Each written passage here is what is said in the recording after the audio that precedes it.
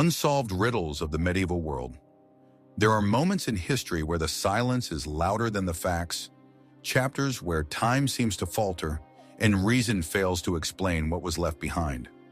In the shadows of crumbling monasteries, beneath the faded ink of forgotten manuscripts and carved into the stone walls of ruined castles, lie enigmas that have defied centuries of scrutiny. The medieval world was not just a time of knights and kings. It was an era steeped in secrets, strange lights that appeared in the skies long before the telescope, skeletons buried with iron spikes through their hearts, castles built with impossible precision, and texts written in languages no one has ever spoken. Who built these structures? Who recorded these messages? And why do so many of these mysteries seem to vanish just as they near discovery? This is not fiction. These are the real unsolved riddles of our past. Evidence that the Middle Ages may have held knowledge we've lost or truths we're still not ready to face. So sit back, relax, and let's dive deep into the most haunting and unexplained mysteries of the medieval world. What you're about to discover might change how you see history. The Princes in the Tower. The unexplained disappearance of royal children. The Tower of London looms against the gray English sky, its thick stone walls holding centuries of whispered secrets.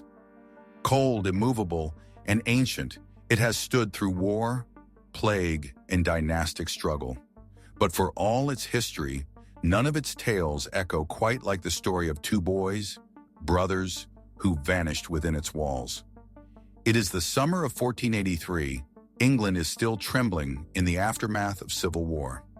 Edward V, a boy of 12, is named king after the death of his father, Edward IV. His younger brother Richard, Duke of York, is just 9. Together they are placed in the Tower of London, ostensibly for their protection until the young king's coronation. But the coronation never comes. Weeks pass, then months. The boys are seen less and less. By the end of the summer, the sightings stop altogether, and then nothing. No formal death, no burial, no explanation. They are simply gone. What happened to the princes in the tower? Their uncle Richard, Duke of Gloucester, declares the boys illegitimate and assumes the throne for himself, becoming Richard III. His claim is backed by a document, Titulus Regius, which alleges that Edward IV's marriage to Elizabeth Woodville was unlawful. But the timing is suspicious. The disappearance of the boys and Richard's ascension are too close to ignore. Contemporaries whisper, theories grow like ivy. Did Richard III order their murder to secure his claim? If so, why were no bodies presented to silence rumors? And if not Richard, then who? Some point the finger at Henry Stafford, the Duke of Buckingham. Others suggest Margaret Beaufort, mother of Henry Tudor. There are more questions than answers. Over a century later, in 1624, workmen demolishing a staircase in the White Tower reportedly discover a wooden box containing 2 small skeletons. The bones are reburied in Westminster Abbey, and many come to believe they belong to the lost princes. Yet no definitive proof is ever offered. Modern scientific testing has never been permitted. Some historians argue the boys may never have been murdered at all. They may have been smuggled away, hidden by loyalists, spirited across the sea, or confined in secrecy for political gain. Decades later, men claiming to be Richard, the younger prince, would emerge in Europe. One, Perkin Warbeck, would gain support from foreign monarchs and even wage war against Henry VII before being captured and executed. Was he truly the lost prince, or just a pawn in the game of power? And what of the tower itself? It was not yet the cold dungeon we imagine today. In the 15th century, it was a royal residence, a palace as much as a prison.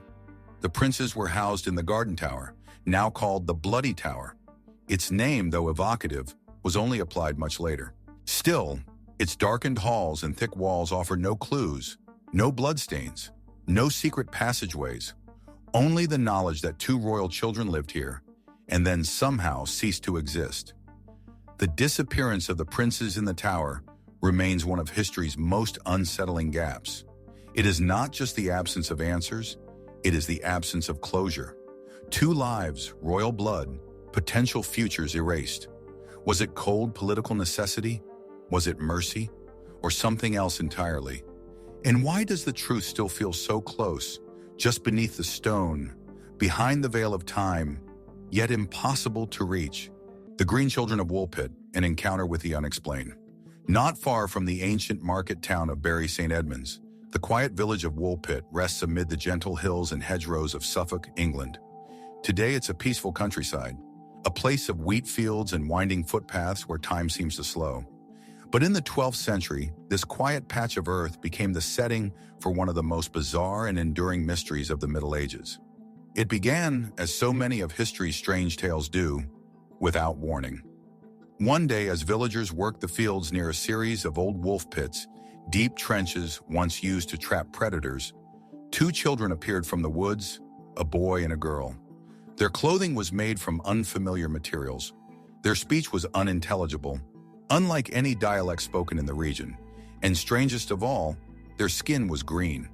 The account comes from two respected chroniclers of the time, Ralph of Coggeshall and William of Newburgh. Each wrote of the event within living memory, though their versions differ in detail. Still, the core story remains the same. Two green-skinned children, disoriented and frightened, discovered by reapers in the fields of Woolpit. They were taken into the village where the locals tried to care for them, but the children refused all food, rejecting bread and meat. Days passed. They grew weaker. Then, according to the reports, someone brought them raw broad beans still in their pods. Only then did the children eat eagerly and ravenously. Over time, they began to adapt. They learned the local language. Their green hue faded. The boy, younger and more delicate, eventually grew ill and died. But the girl survived, living for many years in the care of Sir Richard de Caun, a local landowner. She eventually told her story. She claims she and her brother came from a place called St. Martin's Land, where everything was green, including the people. The sun never shone in their world, only a twilight dimness. She spoke of a great river and a glowing land beyond it. According to her, they had been tending their family's flocks when they heard a strange sound like the ringing of bells. Following the noise, they entered a cave. They wandered in darkness for what felt like moments, and when they emerged, they were in Woolpit. How much of this story is allegory? How much, if any, is truth? Historians and folklorists have long debated the Green Children of Woolpit. Some dismiss the account as medieval allegory, a moral tale cloaked in the strange hues of folklore. Others argue the children were real but misunderstood. The green skin, they say, might have been caused by hypochromic anemia, a condition linked to malnutrition that can give the skin a sallow greenish tint, especially in children deprived of a balanced diet. But this theory raises its own questions. If they were merely sick or starved, where did they come from? Why did they speak no known language? Why did they describe a land of twilight where the sun never rose? And what of the cave? Was it a metaphor or an actual passage between worlds? Another interpretation suggests the children may have been Flemish refugees. During the 12th century, there were Flemish settlements in England, communities that were sometimes isolated and later wiped out by conflict. Perhaps these children were orphaned during political upheaval and wandered into Woolpit, confused and traumatized. Their strange language may have been a foreign tongue, their odd clothes simply regional dress. But again, why the green skin? And why the story of a world with no sun? Then there are the more speculative theories. Some suggest the children were from a subterranean world, an ancient civilization living beneath the earth. Others go further, proposing extraterrestrial origins, that they were not of this world at all, but lost beings from somewhere far beyond. The girl's description of twilight in a glowing realm across a river has even been interpreted by some as a garbled memory of a different planet or of passing between dimensions. Of course, these explanations are speculative, impossible to prove, and easy to dismiss. But the story itself refuses to die. It lingers in academic journals and folklore collections, in children's books and local legends. The village of Woolpit, with its unassuming cottages and medieval church, still bears quiet testimony to a mystery that no one has quite explained. Even today, travelers visit the site of the old wolf pits. They look out across the same green fields where so many centuries ago, two children appeared out of nowhere, without names, without explanation. Who were they? Where did they come from? Were they simply victims of famine and war, or evidence of something we have yet to understand? The Voynich Manuscript, the book that speaks a silent language. It sits under glass, locked in the Vineta rare book and manuscript library at Yale University. Its pages are yellowed but well preserved, filled with strange, looping script and otherworldly illustrations. No title, no author, no known origin. It's small, barely more than 200 pages, but what it contains has baffled historians, linguists, cryptographers, and code readers for over a century. This is the Voynich Manuscript, named after Wilfrid Voynich, the Polish book dealer who acquired it in 1912. The manuscript is, by all appearances, a book created in the late medieval period, carbon dated to the early 15th century. Its vellum pages were likely made sometime around the early 1400s. But what was written on those pages, and more importantly, by whom? The script is unlike anything else in recorded history. Flowing from left to right, it features looping, consistent characters, repeated often enough to suggest a structured language, and yet the language is entirely unknown. It doesn't match Latin, Greek, Hebrew, or Arabic. It doesn't resemble any ancient or modern alphabet. And despite decades of effort, no one has been able to translate a single sentence. But it's not only the text that confounds, the illustrations are even stranger. There are botanical drawings, plants with leaves and roots, but none that correspond to real species. Some appear almost plausible, while others feel like hybrid inventions from a forgotten world. There are astronomical diagrams showing suns, stars, and zodiac signs, but rendered with a surreal, dreamlike geometry. Some pages are filled with naked women bathing in tubs connected by serpentine tubes, like a cross between alchemy and fantasy. And then there are the circular diagrams, mysterious wheels and starbursts, almost mechanical in design, but accompanied by no recognizable labels. It is as if someone encoded a world's worth of knowledge into symbols only they could understand. Who would create such a thing? Several theories have emerged over the centuries. Some scholars argue it was a pharmacopoeia, a guide to plants and healing, written in code to protect valuable medical knowledge. Others think it may have been an attempt at inventing a new language, constructed with such commitment that it mimics the statistical properties of real speech. Some believe it was the work of an isolated genius, perhaps a monk or recluse, driven to create a language known only to himself.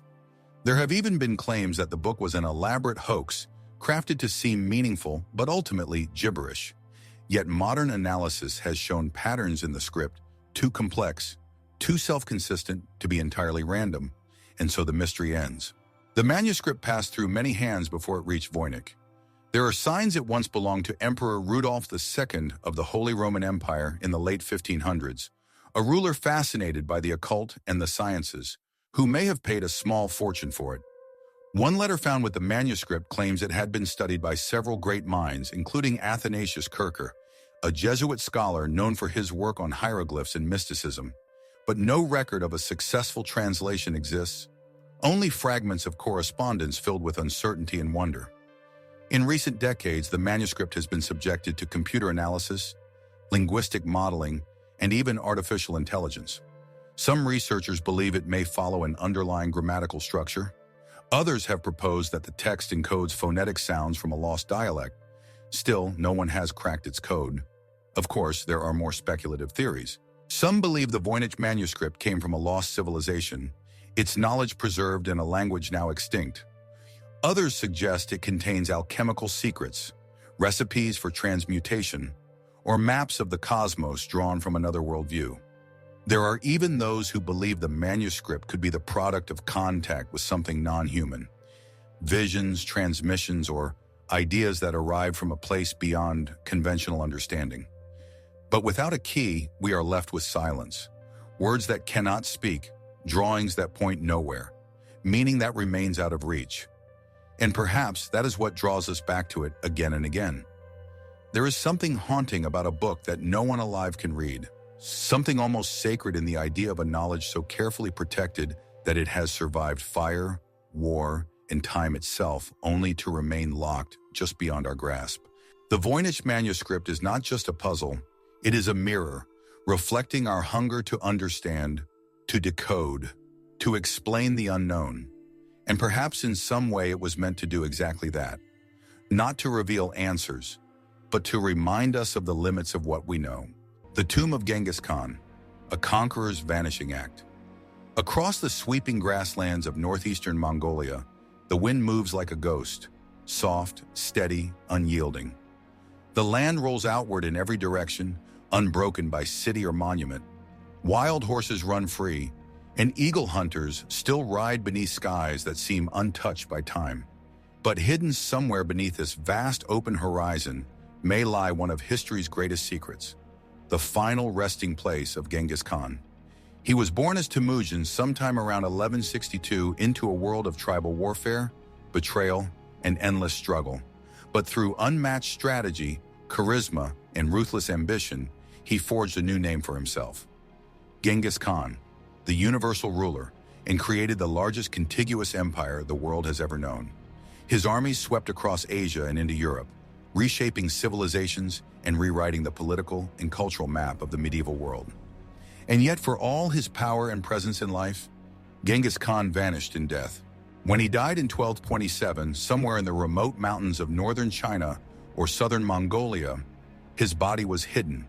According to legend, his funeral escort killed anyone they passed to preserve secrecy. Once the grave was completed, the soldiers who dug it were allegedly executed. The burial site was trampled by horses to erase all traces. Some accounts even claim that a river was diverted to flow over the tomb, burying it forever beneath the shifting soil. No stone marker, no monument, no written record of its location. It was the perfect disappearance. But why would one of the most influential men in history choose to vanish like this? Mongol custom may hold part of the answer. Genghis Khan, despite his global impact, was deeply tied to the traditions of his people. Mongols believed the earth was sacred, and burials were meant to return a person to nature quietly, without disturbance. For all his imperial ambitions, Genghis was at his core a man of the steppe. In death, he may have chosen humility, or perhaps his followers believed that his power would remain strongest if he could not be found. Centuries later, we are still searching. Historians have scoured ancient texts, satellite imagery has been deployed, and archaeological expeditions have ventured deep into the Mongolian wilderness. Most efforts have focused on the Khenti Mountains, a sacred region believed to be closely connected to his life and legacy. But the land resists intrusion. Many local Mongolians believe the tomb should remain untouched, that disturbing the grave of Genghis Khan would bring misfortune or worse. In 2004, a team using ground-penetrating radar discovered what may have been a buried complex near the Onan River. Strange anomalies, walls, chambers, and even possible burial pits appeared beneath the surface. But no excavation followed. Permission was denied. To this day, the site remains undisturbed. Other expeditions have focused on the Ik-Korig, or Great Taboo, a forbidden zone declared sacred during the time of Genghis Khan and protected by royal guards for centuries. Even now, the region is remote, sparsely inhabited, and difficult to access. Could his tomb lie somewhere within those untouched valleys, shielded by centuries of reverence and secrecy? There are also theories, more speculative in nature, that suggest the tomb may not be in Mongolia at all. Some have proposed that his body was brought farther west, buried in Central Asia near the Silk Road, or even in a hidden chamber beneath a now-lost fortress. Others imagine a vast underground mausoleum filled with gold and weapons, concealed by the sands of the Gobi Desert. Still, no solid evidence has ever emerged, and that may be exactly how it was intended. What makes this mystery so compelling is not just the absence of physical proof, but the silence that surrounds it. Genghis Khan was not merely a conqueror, he was a living legend in his own time. His name inspired fear across continents. He reshaped cities, toppled dynasties, and connected distant worlds through war, trade, and diplomacy. And yet, we do not know where he rests. There is something powerful in that silence, something intentional. Perhaps the greatest emperor of the medieval world wished to dissolve into the land he loved. Perhaps his legacy, measured not in monuments, but in maps redrawn and nations born, is his true memorial. Or perhaps somewhere beneath the grass and earth, untouched and waiting, the tomb of Genghis Khan remains intact, guarding secrets that have not seen the light in 800 years. The Antikythera mechanism, an ancient computer from the deep sea. Beneath the turquoise waters off the coast of the tiny Greek island of Antikythera, the sea is calm, concealing secrets that have rested for millennia. Jagged rocks rise from the seafloor, cloaked in coral and silence. In 1901, sponge divers working near the island's cliffs descended into these depths and found something unexpected. The wreckage of an ancient Roman era ship, its hull long rotted, its cargo scattered across the seabed like the bones of a lost civilization. Among amphorae, statues, and bronze armor, one object stood apart. It didn't gleam, it wasn't beautiful. In fact, it was easy to overlook, just a lump of corroded bronze and rotted wood fused together by centuries underwater. It was sent to the National Archaeological Museum in Athens, along with the other finds. No one paid it much attention, not at first, but as conservators slowly separated the encrusted fragments, they began to see something strange. Inside the corroded bronze was a complex arrangement of gears, teeth cut with precision, axles and dials, tiny inscriptions in ancient Greek. What they had found buried beneath 2,000 years of salt and silence would become known as the Antikythera mechanism. To this day, no one fully understands it. Dated to roughly the 2nd century BC, the Antikythera mechanism is widely considered the world's oldest known analog computer. Its surviving fragments, now 82 pieces in total, are part of a device so intricate it seems almost impossible for its time. Using a series of interlocking gears, the mechanism could track the movements of the sun, the moon, and possibly even the planets. It could predict lunar eclipses, calculate the timing of the Olympic Games, and follow the 19-year metonic cycle with extraordinary accuracy, all from a device no larger than a shoebox. And yet no other machine like it has ever been found from the ancient world. How was it built? Who had the knowledge and the tools to design such an object in an age when iron was still rare and astronomical theories were rudimentary? Its inscriptions suggest it was made in the Greek-speaking world, possibly on the island of Rhodes. Some believe it may have been linked to the school of Hipparchus, the 2nd century BC astronomer who proposed early models of planetary motion. Others point to Archimedes himself, long believed to have created marvelous mechanical devices lost to time, but none of the writings from antiquity mention anything like the Antikythera mechanism. Could it be that ancient civilizations possessed a level of technological sophistication we have yet to fully recognize? Mainstream historians tread cautiously. They argue that while the mechanism is extraordinary, it may have been a unique object, perhaps created by a single, brilliant mind whose work was never replicated. The knowledge, they say, may have existed only briefly before being lost in the fires and upheavals of empire. But this explanation raises new questions. If such an advanced machine was possible in the 2nd century BC, why are there no records of it being used, copied, or even discussed? Why was its technology not adopted more widely in the ancient world? And what else might have existed only to be lost before history could remember it?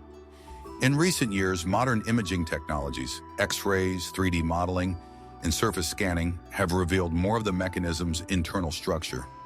Researchers have reconstructed what they believe to be its full layout. Over 30 bronze gears, precision cut, some rotating in epicycles to mimic the irregular motion of celestial bodies. The inscriptions, barely legible, reference phases of the moon in astronomical events. One panel may even serve as an eclipse predictor, complete with a rotating dial that identifies the kind of eclipse, solar or lunar, total or partial.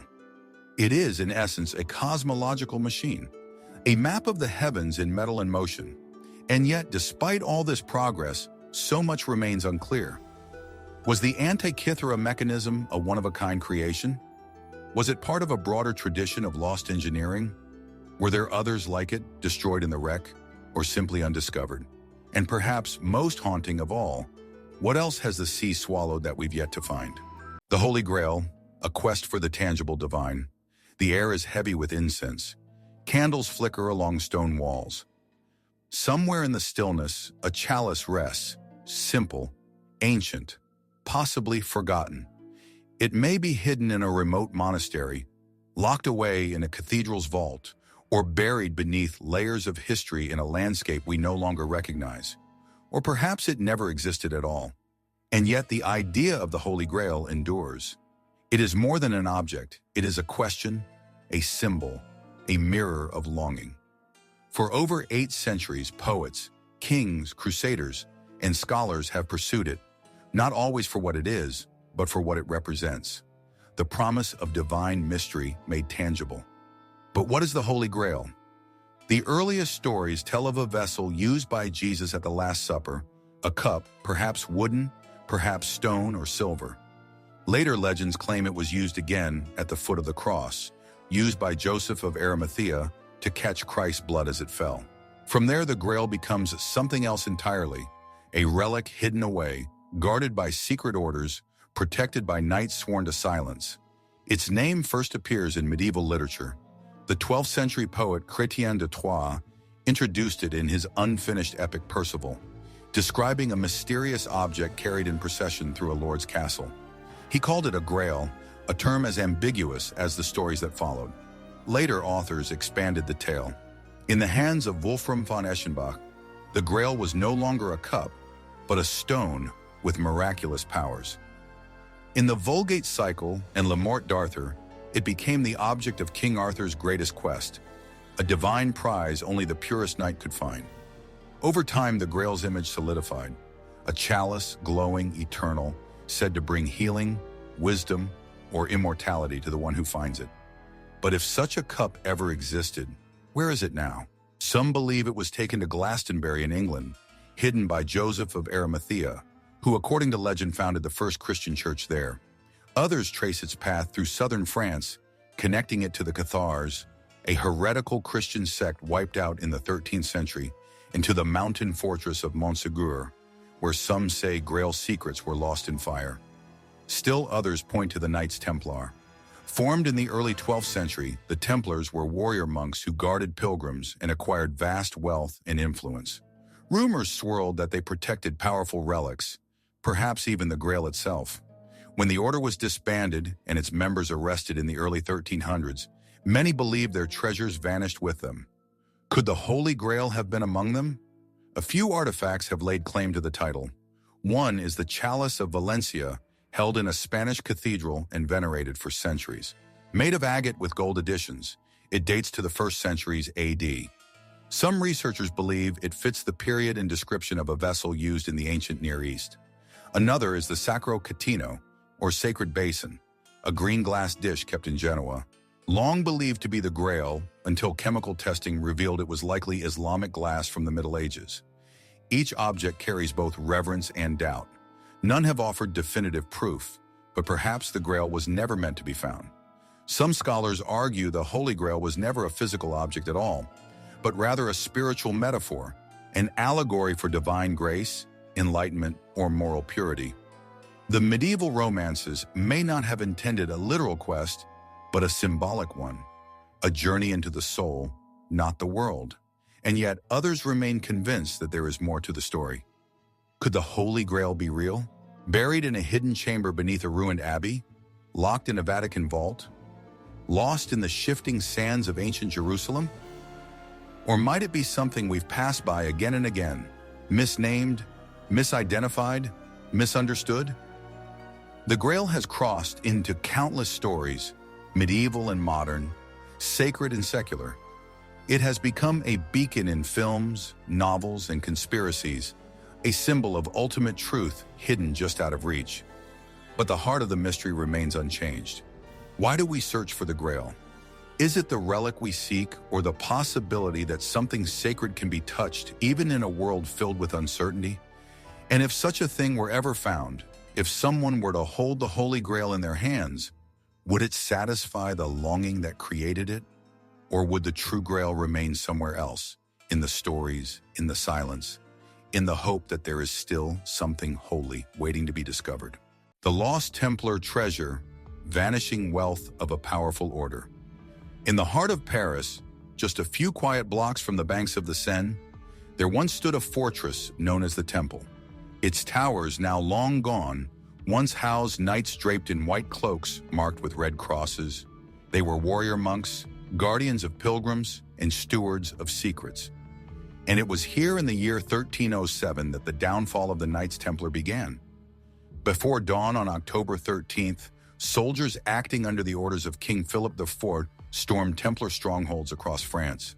Thousands were arrested, their leaders were tortured, their Grand Master, Jacques de Molay, was burned at the stake. And with that, one of the most powerful organizations of the medieval world was brought to a sudden and brutal end. But one question remains: what happened to their treasure? For nearly 2 centuries, the Templars had amassed vast wealth: donations from nobles, revenues from landholdings, spoils from crusades, and ties from across Christendom. They established one of the earliest international banking systems. They held castles, gold, documents, and possibly even relics said to hold spiritual power. And yet, when the king's men arrived to seize it, the treasure was gone. No gold, no scrolls, no reliquaries, nothing. Was it moved before the arrests? Hidden in secret tunnels? Was it ever material in the first place? Or something more elusive, more symbolic?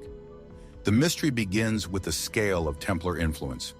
Founded in the early 12th century, the Order of the Knights Templar was established to protect pilgrims traveling to the Holy Land. But they soon grew into something much greater, an independent, multinational force, answering only to the Pope. They controlled ports, trade routes in strongholds from Jerusalem to London. Their wealth, however, made them a target. King Philip of France, heavily in debt to the Templars, feared their power. When he moved against them, it was swift and coordinated. But his plan hinged on one assumption: that the treasure would be within reach. And yet, even after weeks of interrogations, torture, and inquisitions, no detailed record of the treasure's fate ever emerged.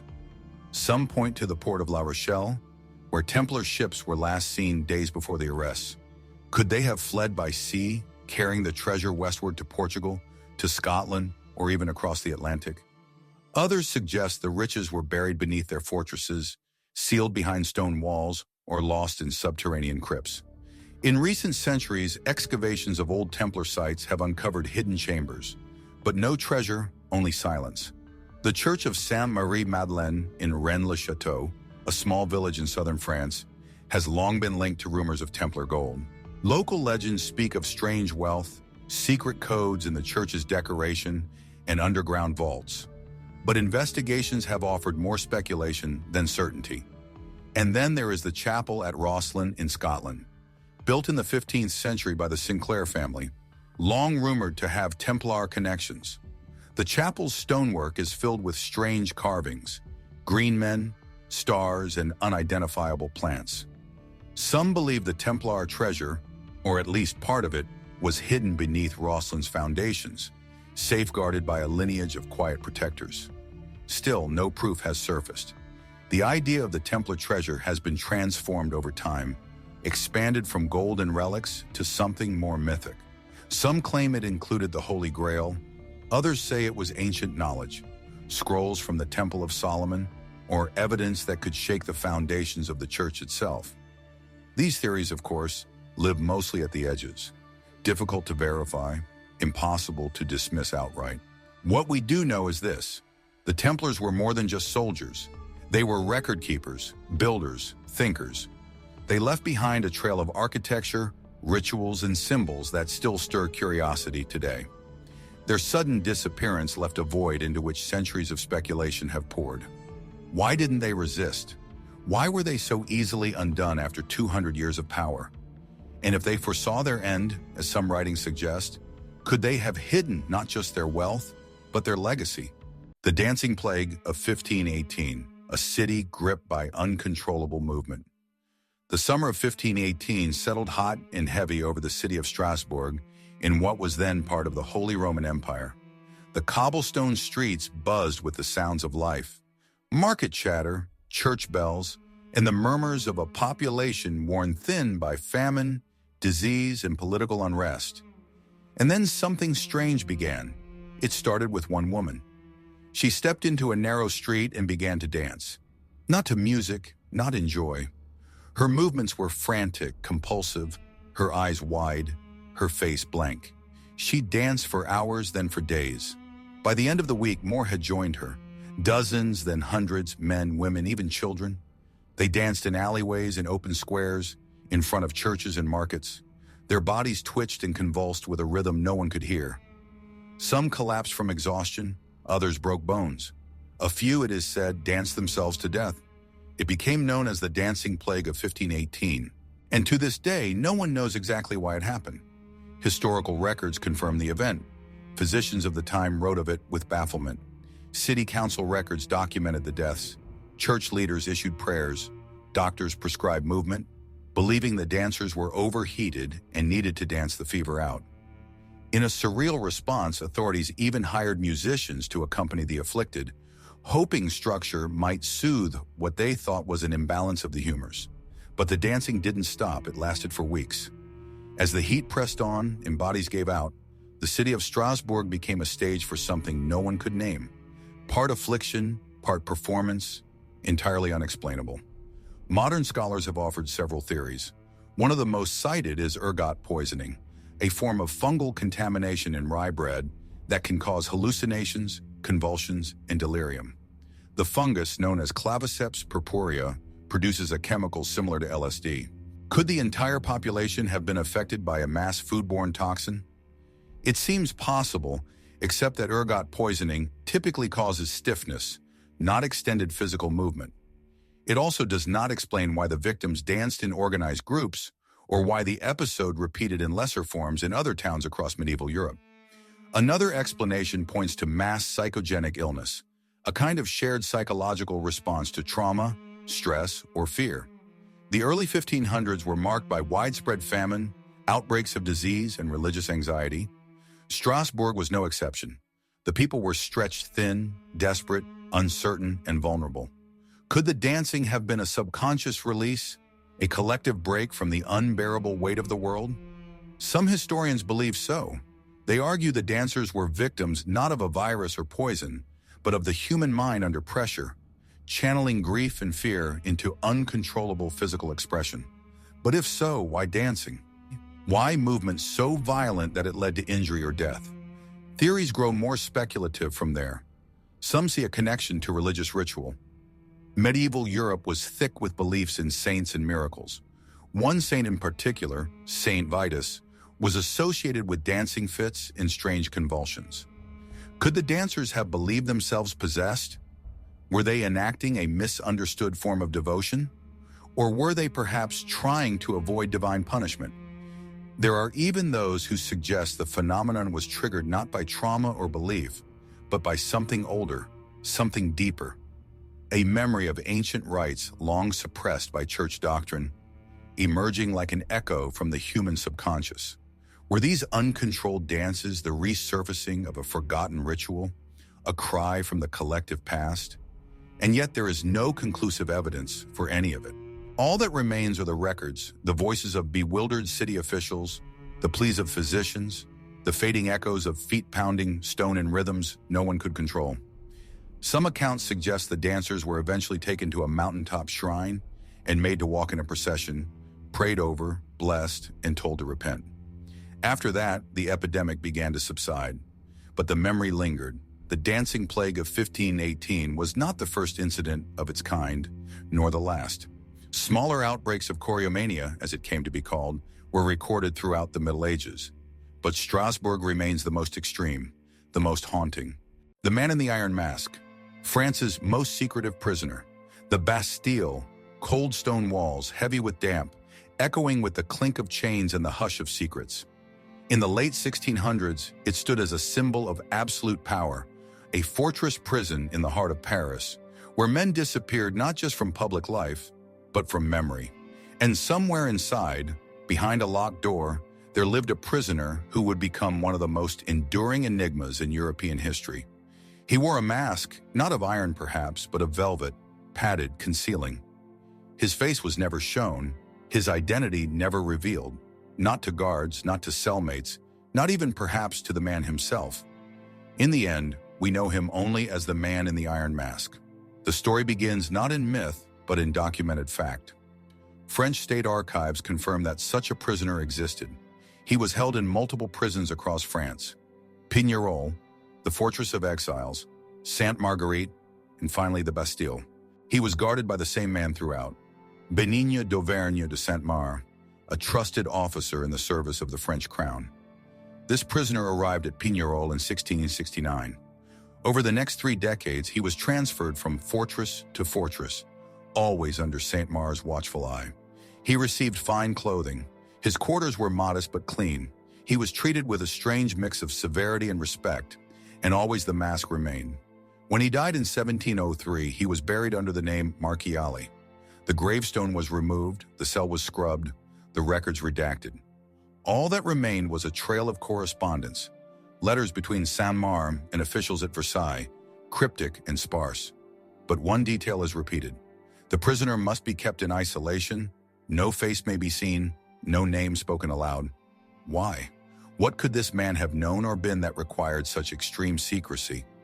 Over the centuries, dozens of theories have emerged. Some suggest he was a nobleman who had fallen out of favor, perhaps Count Ercole Antonio Mattioli, an Italian diplomat who betrayed French secrets and was imprisoned around the same time. But Mattioli was publicly arrested and identified. He was no secret. Others believe the man was a valet punished for overhearing something he was never meant to know, perhaps a state secret, perhaps something more intimate. But could a servant, however unfortunate, justify such lifelong concealment? Then the theories grow more speculative. Some say he was a twin, a royal twin, a brother to King Louis XIV. In this version of the story, the man in the iron mask was hidden from birth or soon after to preserve the line of succession, a spare who became a threat. If true, it would explain the mask, the treatment, the silence. But no official record of such a birth exists. And yet, could it have been erased? Voltaire, imprisoned in the Bastille himself, later claimed the masked man was indeed a royal sibling. Alexandre Dumas took the idea and spun it into fiction, immortalizing the story in his novels. But fiction, no matter how compelling, is not fact. And still, the facts themselves are elusive. We know that Saint-Mars took extraordinary care to ensure the man's identity remained hidden. We know that the prisoner lived for over 3 decades under these conditions, that he wrote letters under false names, that his meals were delivered with strict protocol, that he died quietly with no visitors and no family. Even now, more than 300 years later, the French archives contain only fragments. Names redacted, orders coded, a shadow cast over history. And yet the story endures. Why does the man in the iron mask captivate us still? Is it the cruelty of his isolation, the theatrical detail of the mask itself? Or is it the idea that the most powerful monarchy in Europe had something or someone it could not afford the world to see? The origin of the Black Death, tracing the source of a pandemic. It began quietly, a sickness moving through villages, then cities, a fever, a swelling, a stench of death that clung to the air. By the time it reached the ports of Italy in 1347, it had already crossed mountains, rivers, and kingdoms. Within a year, half of Europe would lie in graves. The Black Death, a name whispered with fear and remembered with dread. It was one of the deadliest pandemics in human history. But for all we know about its devastation, one question remains more elusive than ever. Where did it come from? For centuries, the Black Death was thought to have originated in the East, perhaps in the vast steppes of Central Asia. Trade caravans and ships became its vessels, carrying the plague westward along the Silk Road and maritime routes. Historians pointed to the siege of Kaffa, a Genoese trading post in Crimea, where Mongol forces are said to have catapulted infected corpses over the city walls, an early and chilling form of biological warfare. From there, it spread with alarming speed. Messina, Genoa, Marseille, then the heartlands of Europe. No village was too remote, no fortress too fortified. It moved through every layer of society, from beggars to bishops, farmers to kings. But was the siege of Kaffa truly the origin, or just one chapter in a story that began much earlier? Recent discoveries have shifted the conversation. In 2022, researchers analyzing ancient DNA from cemeteries in modern-day Kyrgyzstan found traces of Yersinia pestis, the bacterium responsible for the plague. The remains were dated to the 1330s, a decade before the pandemic reached Europe. This has led some scientists to propose a new point of origin, the Tian Shan Mountains, near the ancient trading routes of the East. But even this answer opens more questions. Why then? Why there? What caused a relatively localized disease to erupt into a global catastrophe? Some suggest it was climate. During the early 1300s, the world experienced what is now called the Little Ice Age. Cooler temperatures disrupted ecosystems, affecting rodents and the fleas that fed on them. Plague reservoirs may have shifted, pushing the bacteria into new regions and new hosts. But was this environmental change enough on its own? Others point to the explosion of trade under the Mongol Empire. The so-called Pax Mongolica connected east and west with unprecedented speed and efficiency. Silk, spices, and silver moved through these routes, and perhaps so did disease. In this view, the very forces that linked the world also doomed it, but there are still anomalies. In some places, the plague seemed to strike before trade routes could reasonably explain its arrival. In others, it spread far too quickly for the mechanisms of the time. The transmission of Yersinia pestis, typically spread by fleas on rats, struggles to account for the scale and speed of the devastation. Could there have been multiple forms of plague?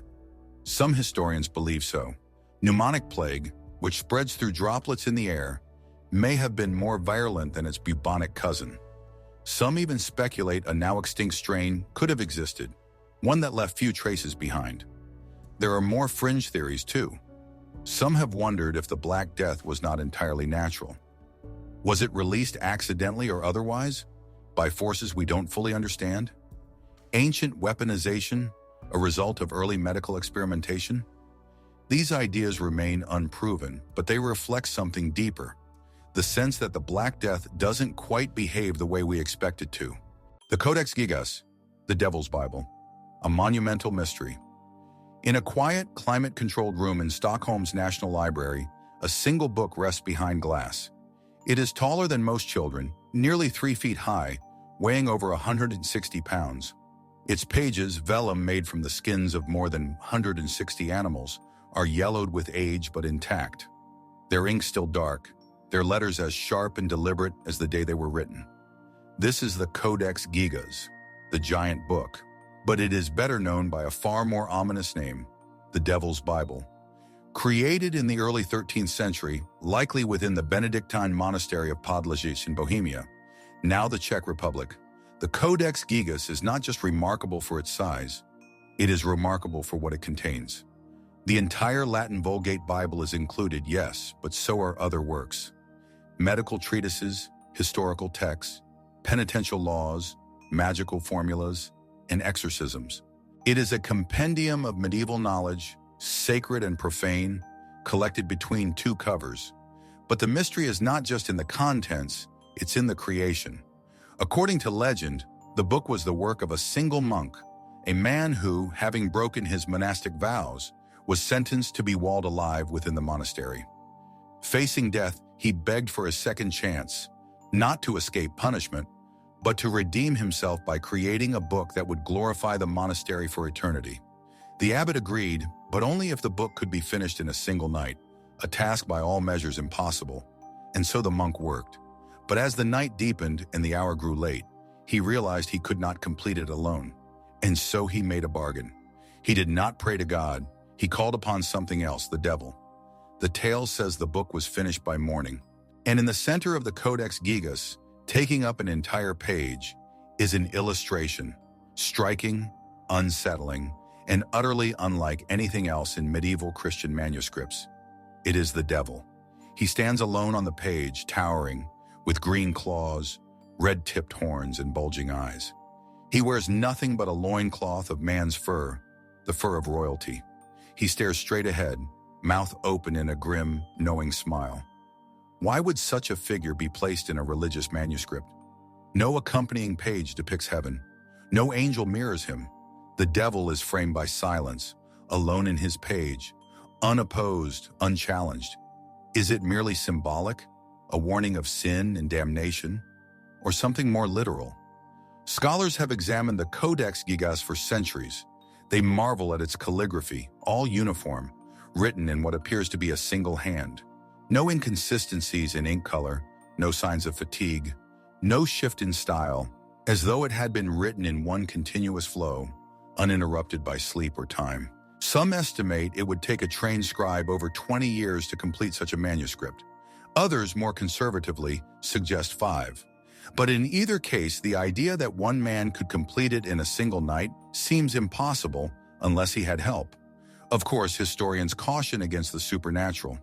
They point to the context of the time, a monastic culture where devotion and discipline could span decades. The book may have been the life's work of a single monk, copied slowly, page by page, in near monastic isolation. But even this explanation leaves questions. Why the size? Why include exorcism rituals besides scripture? Why that image so large, so deliberate? The book has had a troubled history. After its creation in Bohemia, it was moved to the monastery at Břevnov and later to the Royal Library in Prague. In the 17th century, it was seized as war booty by Swedish forces during the 30 Years' War and brought to Stockholm, where it remains today. In 1697, during a fire at Stockholm's royal castle, the codex was thrown from a window to save it from the flames. It survived barely. A few pages were lost, others singed, but the heart of the book, the secrets it carries, remained intact. Some have suggested the missing pages once contained forbidden texts, perhaps apocryphal gospels, or a second depiction to balance the devils. Others believe the pages may have been removed intentionally to silence a message too dangerous to preserve. And so the book endures, monumental, complete, and incomplete at once, its creation shrouded in uncertainty, its purpose unclear. Was it a sacred text, a library in miniature, a penance, or a product of obsession? The lost Templar fleet. Where did the ships go? The port of La Rochelle faces the Atlantic with quiet dignity. Salt-swept and ancient, its stone towers still guard the harbor, where gulls circle and tides roll in and out, as they have for centuries. But in the early morning haze of October 13th, 1307, something else stirred in these waters, something that has never been fully accounted for. According to scattered chronicles and whispered reports, the ships of the Knights Templar anchored here vanished just before the order itself was crushed by the crown of France. This is the mystery of the lost Templar fleet. At the time, the Order of the Knights Templar was among the most powerful institutions in Europe. Formed during the Crusades to protect pilgrims in the Holy Land, they grew into something much greater, an independent, multinational force, answering only to the Pope. They controlled ports, trade routes, and strongholds from Jerusalem to London, but power breeds enemies. By the early 1300s, tensions between the Templars and King Philip IV of France had reached a boiling point. The king owed the order vast sums of money and feared their influence. On Friday the 13th of October, in a coordinated strike, he ordered the arrest of every Templar in France. But when soldiers reached La Rochelle, something was missing. The fleet, reportedly consisting of up to 18 ships, had vanished. No logs were found. No ships remained in the harbor. No sightings were recorded in the days following. For a military and religious order known for its precision, the disappearance of an entire naval force raised immediate questions. Where had they gone, and what were they carrying? Some historians argue the fleet's vanishing is little more than legend, that the records are incomplete, that the number of ships was likely exaggerated, and that the idea of a mass escape is wishful thinking. But others point to the timing. Could it be that the Templars, aware of the king's intentions, had prepared their escape in advance? The order was known for its secrecy. Its members communicated in coded letters, guarded their financial records, and had outposts in almost every major European port. If any group had the infrastructure to vanish deliberately, it was them. So where might they have gone? One theory places them in Portugal. There, King Denis resisted papal pressure to persecute the Templars. In fact, he allowed them to regroup under a new name, the Order of Christ. Many believe this was a calculated move to preserve the Templar network and possibly their treasure. Another theory suggests the fleet sailed north to Scotland. At the time, Scotland was in conflict with both the English crown and the church. It would have offered refuge to those fleeing both political and religious persecution. Some even speculate that the Templars fought alongside Robert the Bruce at the Battle of Bannockburn in 1314, though evidence remains circumstantial. Then there are those who claim the fleet crossed the Atlantic. Decades before Columbus, maps and myths spoke of land beyond the Western Ocean. Could the Templars have reached the shores of North America? Some theorists point to carvings in Nova Scotia, stone crosses in New England, and the mysterious layout of the supposed Templar-linked Rosslyn Chapel in Scotland as clues in a trail leading westward. It is a romantic idea, Templars as explorers of a new world, but it remains highly speculative. Still, the question persists. What did the fleet carry? If the Templars were indeed forewarned, did they escape with gold, with relics, with scrolls or artifacts from the Holy Land? Could the fleet have been tasked with hiding something, not just from the king, but from history? Some believe the fleet's disappearance is tied to other Templar mysteries. The lost treasure, the Holy Grail, the Ark of the Covenant. These claims, while captivating, often blur the line between history and legend. Yet the power of the story lies in its possibility, in what we don't know. What we do know is this. After the arrests in 1307, the official records fall silent. The ships are never accounted for. The ports list no arrivals. The order dissolves under persecution. But something about its end feels incomplete. La Rochelle, once a bustling hub of Templar commerce, becomes a quiet city once again. The towers still stand, watching the sea, and somewhere beyond the horizon, the fate of the Templar fleet is still unknown. The Cathar treasure, secrets buried in the Pyrenees. High above the Languedoc plain, the ruins of Montségur cling to the mountaintop like a scar. Its broken walls and shattered towers gaze down on forests and valleys once soaked in blood. The wind howls through the stone corridors where once, centuries ago, a different kind of faith dared to take root.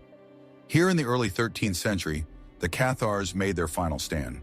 They called themselves the Good Christians. A dualist sect of Christianity, the Cathars believed the material world was a prison, a creation of an evil force. True purity, they taught, was found in rejecting the physical, embracing the spiritual, and living in absolute simplicity. They opposed the wealth and corruption of the Catholic Church. They rejected the sacraments, the cross, even the idea that Christ had ever possessed a human body. To the Church, they were heretics. To the people of Languedoc, they were something more, teachers, healers, mystics. Their popularity grew. So did the fear in Rome. In 1209, Pope Innocent III launched the Albigensian Crusade, a campaign not against Muslims or pagans, but against fellow Christians. Entire towns were wiped out. Tens of thousands were slaughtered. The region was ravaged by inquisitors, its culture erased piece by piece. But some Cathars survived, and as they retreated deeper into the mountains, a legend began to form. It is said that the Cathars possessed a great treasure, not a hoard of coins or gems, but something older. Some believe it was a sacred text, perhaps a lost gospel or a version of the Book of John, unlike any known to the Church. Others suggest it was the Holy Grail itself, a spiritual relic passed down through secret hands. Whatever it was, the legend holds that the treasure was hidden before Montségur fell in 1244. After months of siege by Crusader forces, the fortress was finally overrun. Over 200 Cathars who refused to recant were burned alive at the foot of the mountain in what came to be called the Field of the Stake. But just before the final assault, 4 Cathar perfecti, the most devout spiritual leaders, are said to have escaped down the cliffs at night, carrying with them the treasure of the Cathars. And then nothing. No sign, no trail, only silence. What was it that they carried? Some believe the treasure lies buried in the caves of the nearby Sabarthes Mountains, a place long associated with ritual and myth. Others point to Rennes-le-Château, a village steeped in its own shadowy legends. Still others believe the Cathar's secret was not physical, but spiritual, passed from generation to generation in whispers and symbols. There are documents, fragments of letters, records of inquisitions, testimonies from frightened villagers. They speak of relics, of knowledge forbidden by Rome, of something too dangerous to fall into the hands of the Church. But no definitive proof has ever surfaced. Modern searches have yielded tantalizing clues. Hollow chambers hidden beneath old cathar sites, strange inscriptions carved into cave walls, coins, artifacts, texts written in unknown ciphers. But nothing that can be definitively linked to the final flight from Montségur. Skeptics argue that the treasure is a fabrication, a romantic myth born out of tragedy, that the Cathars, poor and persecuted, had nothing to hide. But the consistency of the legend, told across centuries and regions, is hard to dismiss. Could a secret have survived all this time? And if so, what truth does it conceal? The mystery of the Cathar treasure is not just about gold or relics, It is about a lost worldview, a faith that dared to reject power and hierarchy, a people who chose death rather than compromise their beliefs. It is about what vanishes when an idea is destroyed and what might survive beneath the ashes. The lead books of Granada: Forgery, Faith, or a Hidden Truth. High above the city of Granada, the whitewashed chapel of Sacromonte overlooks a winding mosaic of tiled roofs, cypress trees, and distant mountains. The air here carries the scent of wild thyme and old stone. From this hilltop, the past seems close, almost reachable, and it was here in the late 16th century that something extraordinary was discovered. Inside a small cave beneath the chapel, workers found a set of sealed lead tubes. When opened, they revealed thin sheets of lead carefully beaten into the shape of books. Each page was inscribed with strange writing, an unfamiliar script that mixed Arabic characters with Latin and symbols unlike any known alphabet. Alongside these lead texts were relics, bones said to belong to early Christian martyrs, crosses, and wooden boards etched with cryptic messages. The discovery stunned the local clergy. What were these objects? Who had buried them? And what secrets did the books contain? This was the beginning of the mystery now known as the Libros Plumbeos de Granada, the lead books of Granada. The texts, once translated with great effort, told an astonishing story. They claim that long before the Arab conquest of Spain, in the first centuries after Christ, a group of early Christians had lived and preached in the region. These followers were described as devout, multilingual, and peaceful. They bore teachings that emphasized tolerance between Christians and Muslims, and they revered the Virgin Mary above all. The messages were apocalyptic in tone, warning of dark times ahead, but promising eventual unity through divine wisdom. For many, it seemed like a miracle. Here at the intersection of Christian and Islamic worlds was a document that bridged the divide, a vision of harmony embedded in the very soil of Granada. Clerics began to see the lead books as divine confirmation of Spain's sacred destiny. Processions were held, pilgrimages made, and the chapel of Sacromonte was elevated to a site of holy significance. But not everyone was convinced. From the beginning, the Vatican expressed skepticism. The strange mixture of languages, the Marian emphasis, and the lack of known authorship all raised alarms. Eventually, a full investigation was ordered. The Church, wary of heresy and falsification, examined the texts over decades. By the 1680s, the verdict came down. The lead books were declared forgeries. They were banned, locked away in the Vatican's archives. Those associated with their discovery and translation were discredited or dismissed. The relics remained at Sacromonte, but the texts themselves were removed from public view. And yet the questions never faded. Who created the lead books? If they were indeed forged, the forger or forgers possessed extraordinary knowledge. The texts combined theological nuance, historical allusion, and linguistic innovation. The metal itself had been carefully shaped, folded, and inscribed with tools few could master, and the messages, complex, mystical, and inclusive, seemed far ahead of their time. One theory points to a group of Moriscos, Muslims who had converted to Christianity after the Reconquista, many of whom were still persecuted and distrusted. These crypto-Muslims may have forged the texts as a way to protect their culture and faith under the guise of early Christianity, blending Islamic and Christian elements into a shared origin story. If true, the lead books become less of a hoax and more of a survival mechanism, an attempt to rewrite memory, to reshape the past into something that could offer safety. Others argue the books may have originated within mystical Christian sects interested in Marian theology and apocalyptic visions. The esoteric tone of the text bears similarities to Gnostic writings, long suppressed by the Church. Still, others point to more speculative ideas. Were the books truly forgeries? Or was the Church's rejection a political decision? Do the messages point to a deeper historical truth that challenged religious orthodoxy too strongly to be tolerated? Modern scholars remain divided. In recent years, the lead books have been studied again using non-invasive imaging, meta-analysis, and digital linguistics. But no consensus has emerged. The lead is old, but not definitively dated. The script resists straightforward classification. The texts themselves, part theology, part prophecy, refuse easy interpretation. And so the mystery endures. The books remain in the Vatican Library, rarely displayed, their pages still closed to the world. The Ghost Army of Agincourt, witnesses to the unseen.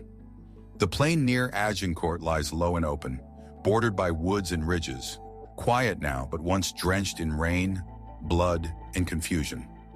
On October 25, 1415, this patch of land saw one of the most improbable military victories in medieval history. King Henry V of England, outnumbered and half-starved, faced the might of the French nobility. Thousands of knights and soldiers in gleaming armor. The odds were crushing, and yet the English won. Historians still marvel at the tactics, the narrow field, the long bows, the mud that swallowed horses and steel alike. But buried within the records and letters from that day is something more peculiar, a fragment of legend, a detail that doesn't fit. A ghostly army. Several chroniclers, both English and French, make note of a strange moment during the height of battle. As the fighting turned against the French and panic began to spread through their ranks, some soldiers claimed they saw additional figures appear behind the English lines, a silent host. Some said they looked like monks, others like armored warriors cloaked in shadow. They did not speak, they did not move to attack, but their presence, unexpected and unexplained, seemed to shift the morale of the battlefield. Were they reinforcements? No one could say. Their banners were unknown, their colors unfamiliar, and when the battle was over, they were nowhere to be found. Could it have been a hallucination? A trick of light and fear? Perhaps. The battle was fought in cold and rain. Tensions were high. The French believed they had already won. And when defeat came, it came so suddenly that chaos must have filled the senses. But the reports are surprisingly consistent. Descriptions of shadowy figures, of a force that seemed to arrive, then vanish. Some English accounts frame it as divine intervention, that St. George himself had appeared to rally the English against the French, that the ghost army was heaven-sent, warriors of God in service to the rightful king. The idea was convenient, politically useful, and resonated with a population eager to see their king's victory as chosen by fate. But other versions are more subdued. They do not speak of saints or angels, but of a quiet, unsettling presence. A second army, one not seen by all, but by enough to raise questions that persist centuries later. Could there be a natural explanation? Fog and weather have long played tricks on the eyes. The wooded edges of the battlefield might have revealed and concealed figures at strange angles. Reinforcements from nearby villages may have appeared and departed without formal record, acting on local loyalties. Or perhaps the story grew in the retelling, warping like smoke, shaped by memory and need. And yet Agincourt is not the only place where such stories emerge. Throughout medieval history, tales of ghostly armies are surprisingly common. Entire hosts seen marching across hillsides, cavalry heard galloping through forests with no riders in sight, phantom soldiers appearing before battles only to vanish at dawn. In Celtic tradition, they are called the slua, spirits of the restless dead drawn to conflict. In Anglo-Saxon lore, they are hearthing, spectral war bands who pass judgment on the living. Could the story of Agincourt's ghost army be part of this wider tapestry? Or did something more unusual happen on that muddy field? Some more speculative theories suggest time slips, moments when the fabric between past and present thins, that those shadowy figures might not have been ghosts, but echoes of battles past or battles yet to come. Others wonder if the story was planted, a kind of medieval psychological warfare designed to confuse, to elevate the victory beyond the realm of mere tactics. And yet, for all the theories, no one truly knows. The battlefield itself has yielded countless artifacts, arrows, armor fragments, even bones, but no evidence of a second army, no discarded banners, no insignias, nothing physical to confirm the presence of the silent host. The Cadaver Synod, a trial of the dead in the Vatican. The Basilica of St. John Lateran in Rome has seen centuries of ceremony, crowns placed on emperors, blessings whispered over kings, and the shaping of doctrine that echoes through time. But in the year 897, this sacred space was transformed into something else entirely. A courtroom, and in the center of it, a corpse clothed in papal robes, propped up on a throne. The body of Pope Formosus, dead for over 9 months, sat in eerie silence as he was placed on trial by his successor. This event would come to be known as the Cadaver Synod. Historians confirm it happened. The records are clear, even if the motives remain murky. Pope Stephen VI, newly elevated to the throne of St. Peter, ordered the exhumation of his predecessor. Formosus's decaying body was removed from its tomb, dressed in ceremonial vestments, and brought before a tribunal of bishops. An appointed deacon stood by the corpse to speak on its behalf. What followed was a grotesque reenactment of justice. Charges were read aloud, accusations made, among them perjury, violating canon law, and ascending to the papacy unlawfully. The verdict, unsurprisingly, was guilty. Formosus's papacy was annulled. All acts and ordinations performed during his time as pope were declared void. His body, stripped of its garments, had the 3 fingers used for blessings cut from his right hand. Then, in a final act of degradation, it was cast into the Tiber River. Why? What had driven the living to put the dead on trial? The political landscape of the late 9th century was fraught with chaos. The Carolingian Empire was crumbling. Rome was caught between powerful factions vying for control of the papacy. Formosus had made enemies, chief among them the family of Duke Guy of Spoleto, whose influence over the papacy he had tried to curtail. Stephen, elevated by the Spoletans, may have acted out of loyalty or vengeance. But even within the volatile norms of the time, the Cadaver Synod stands apart. Some accounts portray Stephen as unstable, raving, obsessed with Formosus's legacy. Others suggest he was manipulated by external forces, a puppet used to wipe away a predecessor's decisions that had proven inconvenient. But the act itself remains difficult to explain by logic alone. Why not simply revoke Formosus's decrees? Why the theater? Why the corpse? Was it an attempt to rewrite history through ritual humiliation? A symbolic statement that even in death, power could be undone? Or was it something deeper, something rooted in the medieval fear of the afterlife, of divine order disrupted? There are stranger theories still. Some have speculated that the trial was more than political, that Formosus had been suspected of heresy or dangerous knowledge, and that condemning his body was a way of severing his influence from the realm of the living, that the ritual humiliation was meant not just for Rome, but for the heavens. If so, what did Formosus know? Whatever the true motivation, the consequences of the Cadaver Synod rippled outward. Public opinion turned swiftly against Pope Stephen. The grotesque spectacle horrified even those used to ecclesiastical drama. Within a year, Stephen was imprisoned and strangled in his cell. Formosus's body, recovered from the river, was reburied with honor. His decrees were restored, and the synod itself was declared invalid. Yet the event remains etched into the historical record, bizarre, macabre, and unresolved. No single account explains it fully. The letters, the chronicles, the papal bulls, none offer clarity. They present fact without motive, detail without meaning, as though even the church itself did not fully understand what it had done. The Lost Book of Merlin, whispers of ancient knowledge. In the windswept hills of Wales and the moss-covered ruins of forgotten abbeys, the name Merlin lingers like fog. He is part of the soil, the stone, the myth, the prophet, the magician, the advisor to kings, half man, half mystery.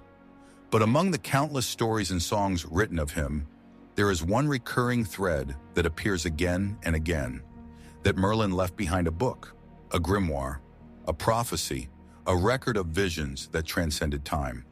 And somewhere it was said this book was hidden.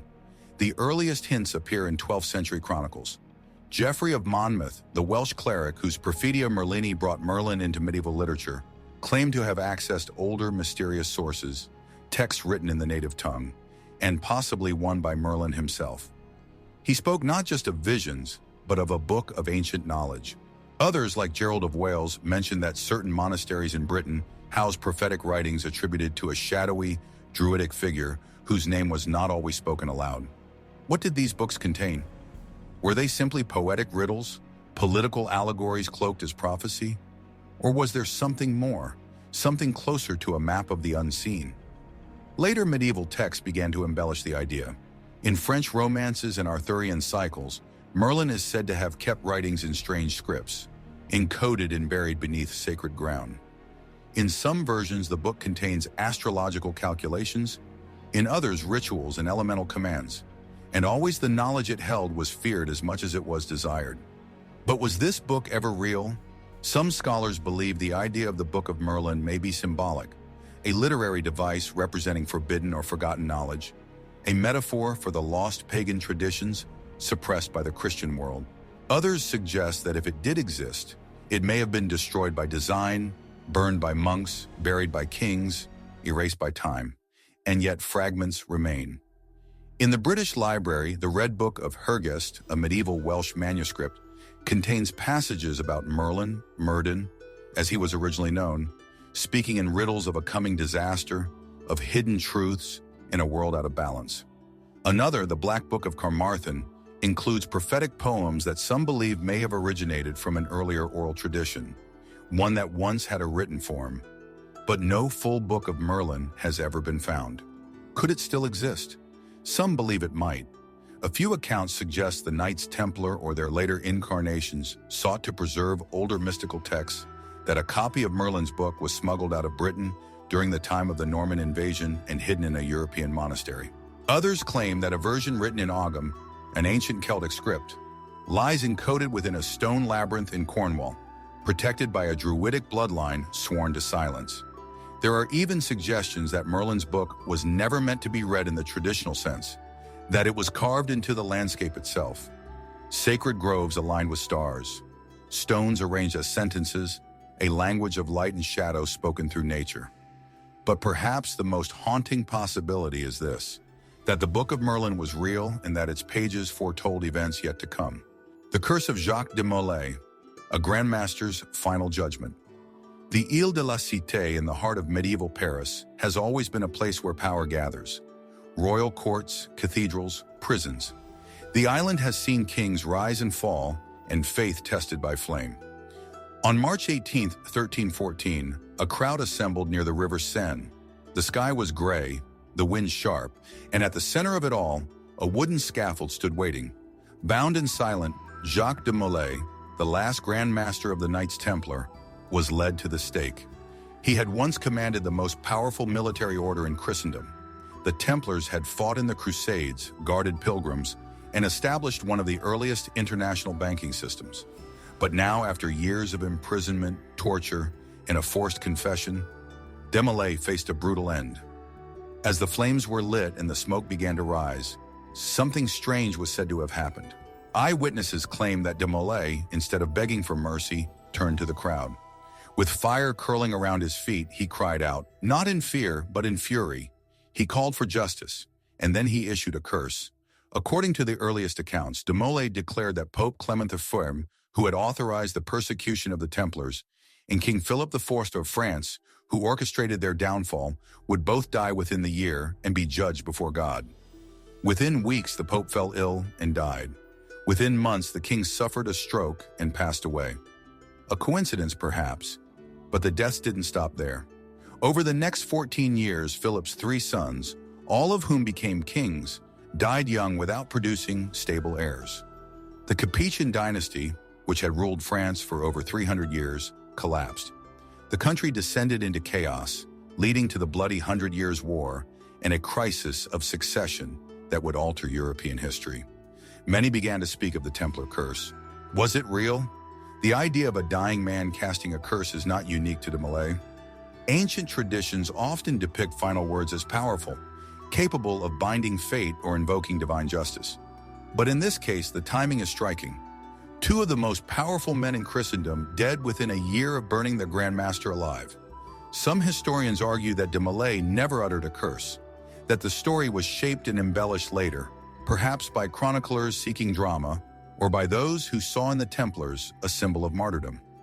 Others suggest the tale was born from guilt, that those who witnessed the execution, unsettled by the injustice of it, later believed or imagined that de Molay had spoken a final prophecy, And when the deaths began, the story grew.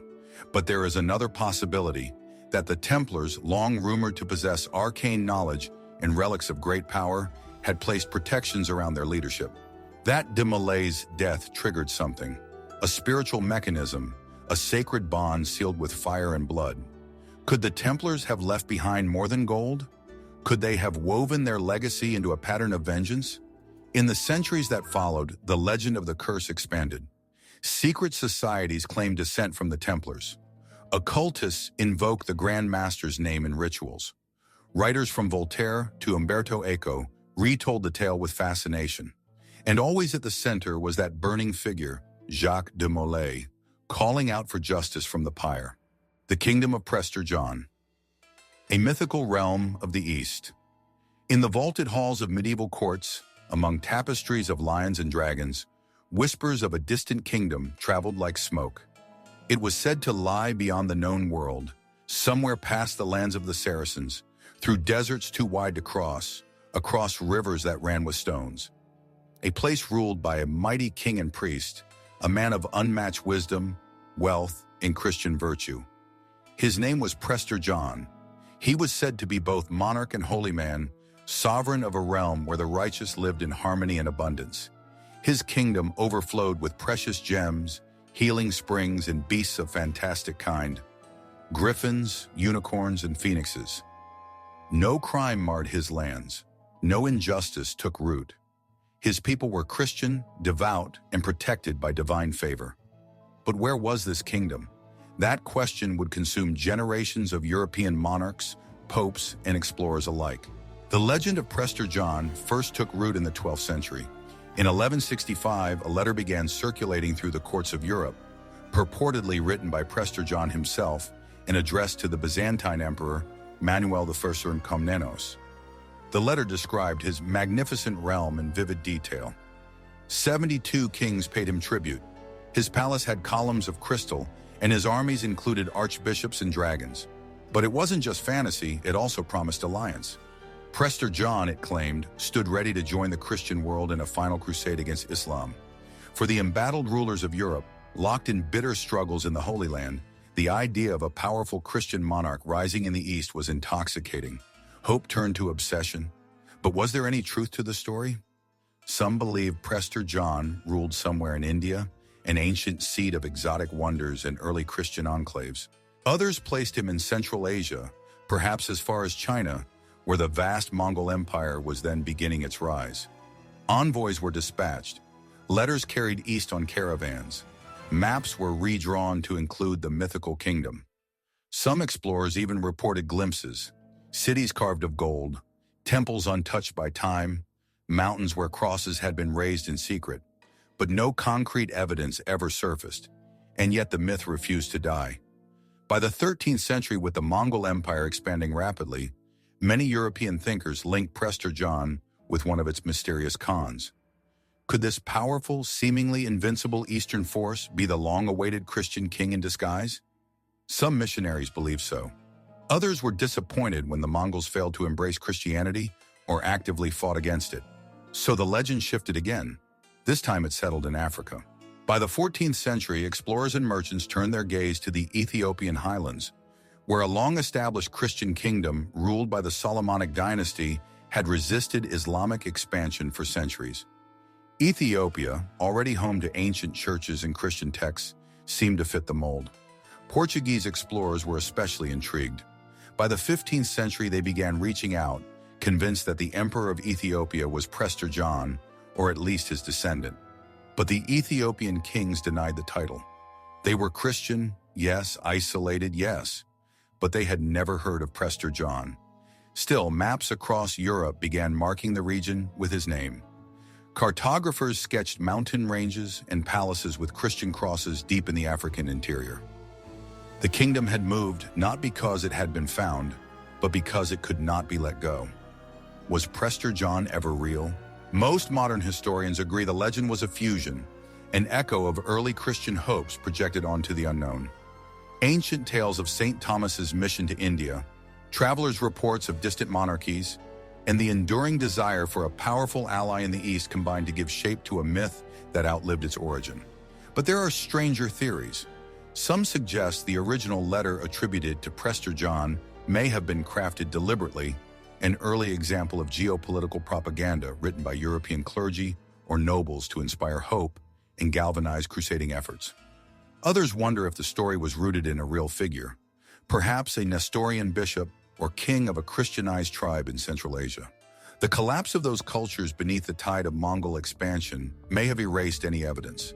The Iron Pillar of Delhi, an ancient wonder defying rust.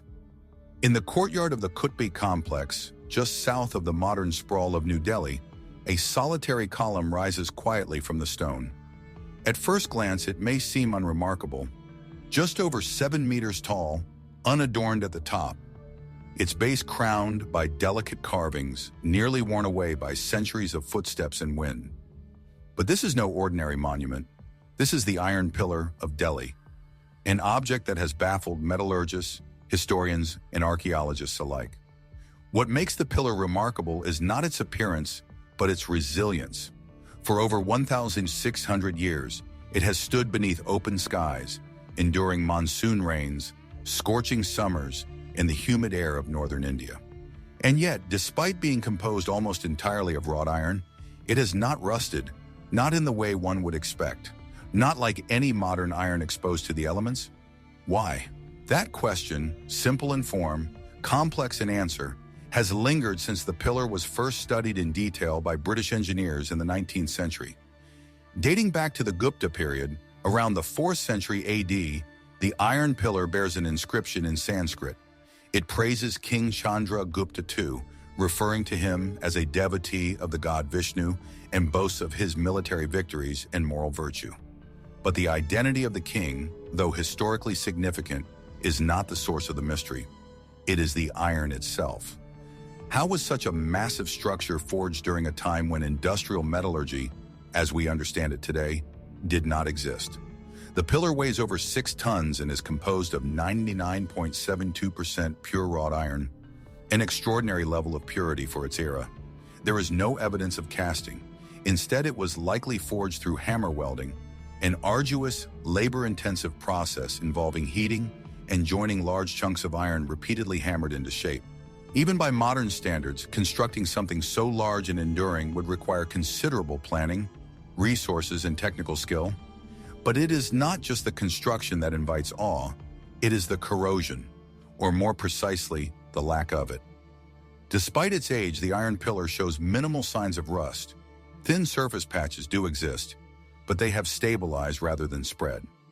The surface, it seems, has developed a protective film over the centuries, an invisible armor of sorts. Some researchers believe this passive protective layer formed from a rare combination of high phosphorus content and low sulfur and manganese. This allowed a film of mesowite, a complex iron-hydrogen phosphate compound, to crystallize on the surface. In essence, the pillar protects itself. But how did ancient Indian metallurgists, working without modern chemistry, achieve such a feat? Some suggest it was intentional, part of a secret or lost technique passed down among blacksmith guilds, now vanished from history. Others argue it was accidental, an unintended consequence of the materials and smelting methods used at the time. Yet neither explanation feels complete. Could the craftsmen of the Gupta Empire have possessed a deeper understanding of iron than we give them credit for? Could the pillar represent a legacy of knowledge now forgotten? Alternative theories abound. A few fringe thinkers propose that the pillar may not have originated in India at all, that it could have been transported from another now-lost civilization. Others whisper of celestial alignments in ancient science, suggesting the pillar was more than just a monument, but a tool or device of some kind left behind for reasons lost to time. The Alpine mummies of Saint-Michel de Maurienne preserved lives in stone. The village of Saint-Michel de Maurienne rests in a narrow valley in the French Alps, where steep peaks cast long shadows across the stone walls of ancient chapels. The winters are hard here, the winds fierce. Time seems to move more slowly in this place where churches cling to cliffs and villages remain mostly unchanged for centuries. It was in one of these churches, Saint-Michel, dedicated to the archangel protector of mountain people, that workers during restoration efforts in the 20th century uncovered something unexpected. Beneath the wooden floor of a side chapel, in a shallow crypt, lay a cluster of remarkably preserved human remains. Not bones, bodies, dozens of them. Some still dressed in woolen tunics, some with hair and skin intact, faces caught in expressions of quiet repose, as if simply sleeping beneath the earth. They would come to be known as the Alpine mummies of Saint Michel. At first, the discovery was attributed to chance. Cold, dry air, stable temperatures, the right soil, natural mummification preserved by the unique conditions of high-altitude burial. But as researchers studied the remains more closely, questions began to emerge. The bodies appeared to date from the 14th to the 18th centuries, yet their level of preservation was inconsistent. Not all were equally mummified, despite lying only inches apart. Some had organs still intact. Others showed signs of ritual preparation. A few had hands bound or folded in particular ways, more precise than one might expect from simple local burials. What were these people doing here? And why were they so well preserved? The church records were sparse, damaged by time, war, and neglect. They made vague mention of burials during plagues and harsh winters, but gave no details, no names, no rites, no explanation for why these individuals had been buried in such a small space, beneath a chapel, but not in marked tombs. Were they victims of an epidemic? Local villagers too poor for formal burials? Or were they something else? One theory posits that the crypt served as a temporary resting place during winters when the ground outside was frozen solid and too difficult to dig. The bodies may have been stored here until spring thaw, but for some reason never moved. Another theory suggests a more deliberate intent. Some believe the people buried here were members of a forgotten religious sect, perhaps a local confraternity devoted to Saint Michael, whose rites included non-traditional burial customs. The care with which some of the bodies were arranged in the presence of religious medallions sewn into clothing seems to support this possibility, but others look deeper. Some speculate that the preserved bodies were tied to a hidden history of the region, an underground network of mystics, pilgrims, or monastics who passed through these valleys in secret, guided by visions and faith. The Alps, after all, have always held a kind of spiritual gravity. Hermits, visionaries, and monks once sought isolation here. Chapels were carved into rock faces. Saints were said to appear to shepherds in the snow. Could these mummies have been part of such a story? Quiet lives of devotion sealed in the earth? And then there are the stranger details. A few of the mummies bear signs of trauma, healed fractures, unusual scars, signs of manual labor mixed with deformities caused by malnutrition or repetitive motion. Some had copper or iron objects buried with them, inexplicably shaped and not easily identified. One bore a fragment of parchment in the folds of its clothing, faded nearly to illegibility, but containing what appeared to be fragments of a prayer not found in any known liturgical text. Had these people died of disease or something else? Had they been buried here because of who they were or what they believed? Even the location of the crypt remains curious. Though beneath the church, it was not originally constructed as a crypt. The space seems to have been carved into the rock centuries earlier, its access sealed until the restoration work began. Had it always been intended as a burial chamber, or was it repurposed during a time of crisis, war, plague, famine? The origin of the Basque language, a linguistic island in Europe. In the misty folds of the Western Pyrenees, where steep green valleys meet the Atlantic coast, a unique rhythm of speech echoes through villages built of stone. It flows through the narrow streets of towns like Bilbao, San Sebastian, and Bayonne, between mountains, over borders, and across centuries. It is not Spanish, it is not French, it is Euskara, the language of the Basque people, and no one knows exactly where it came from. Unlike every other language in Europe, Euskara is not Indo-European. It shares no provable ancestry with Latin, Greek, Celtic, or Germanic roots. Its grammar, vocabulary, and structure are entirely unique. It is not a derivative of something older. It is the older thing. Linguists call it a language isolate, a term that denotes its singularity but does little to explain its mystery. How did a language with no known relatives survive in the heart of Europe, surrounded by the shifting tides of empire, invasion, and cultural erasure? How did it endure through Roman conquest, Visigothic rule, Moorish expansion, and the rise of modern nation-states intact, unassimilated, and still deeply rooted?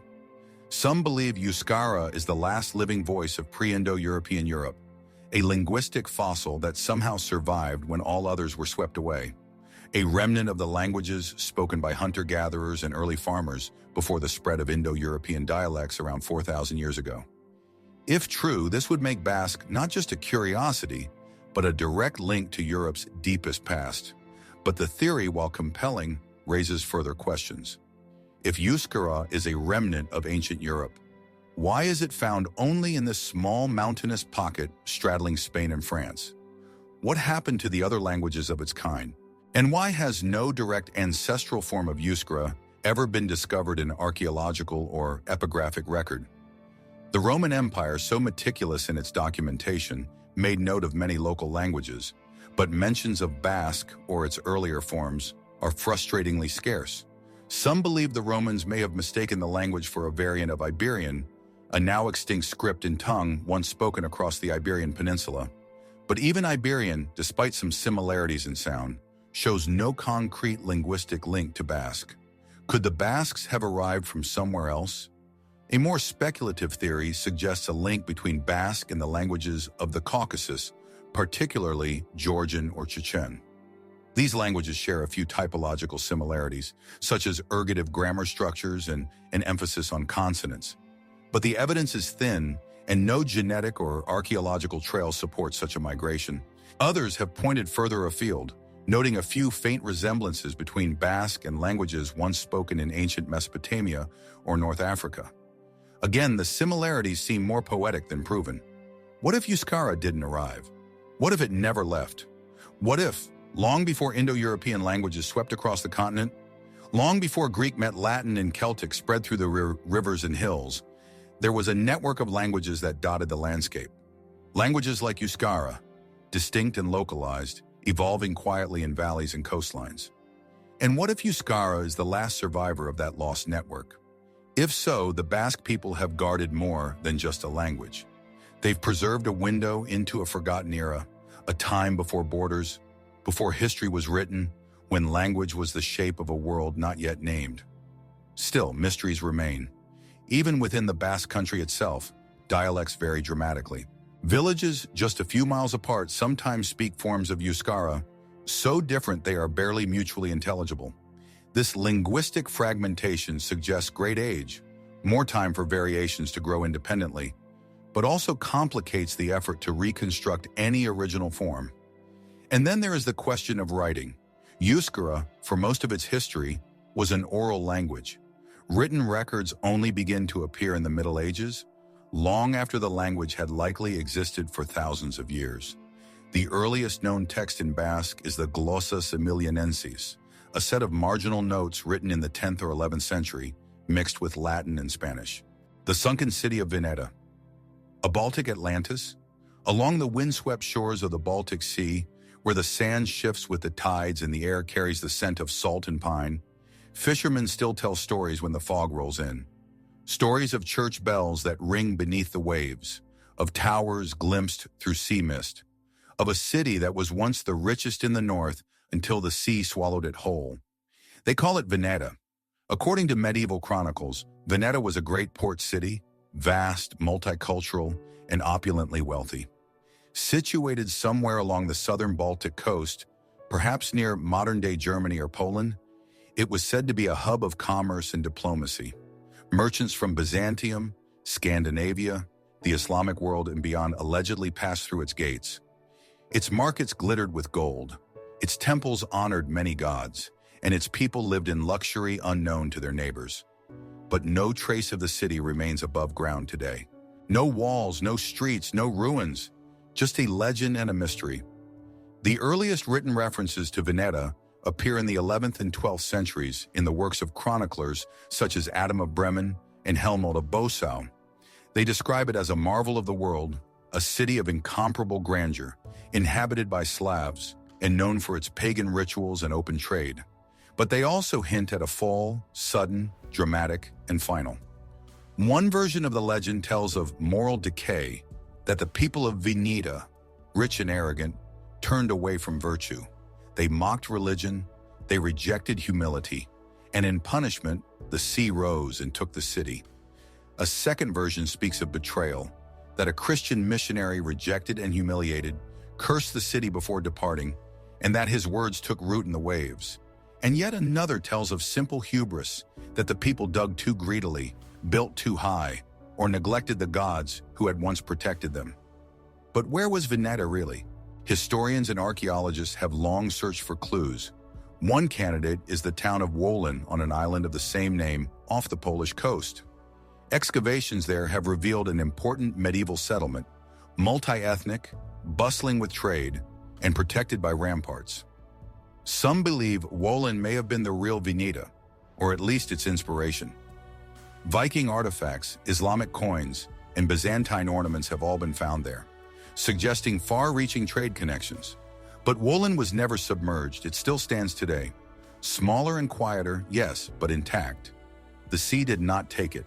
Other possible locations include the island of Usedom, the shallow lagoons of the Oder estuary, and even submerged sandbanks off the coast of Kosovo, where some claim to have seen underwater ruins, walls, stone paths, or the foundations of towers, depending on the tide and the eye of the beholder.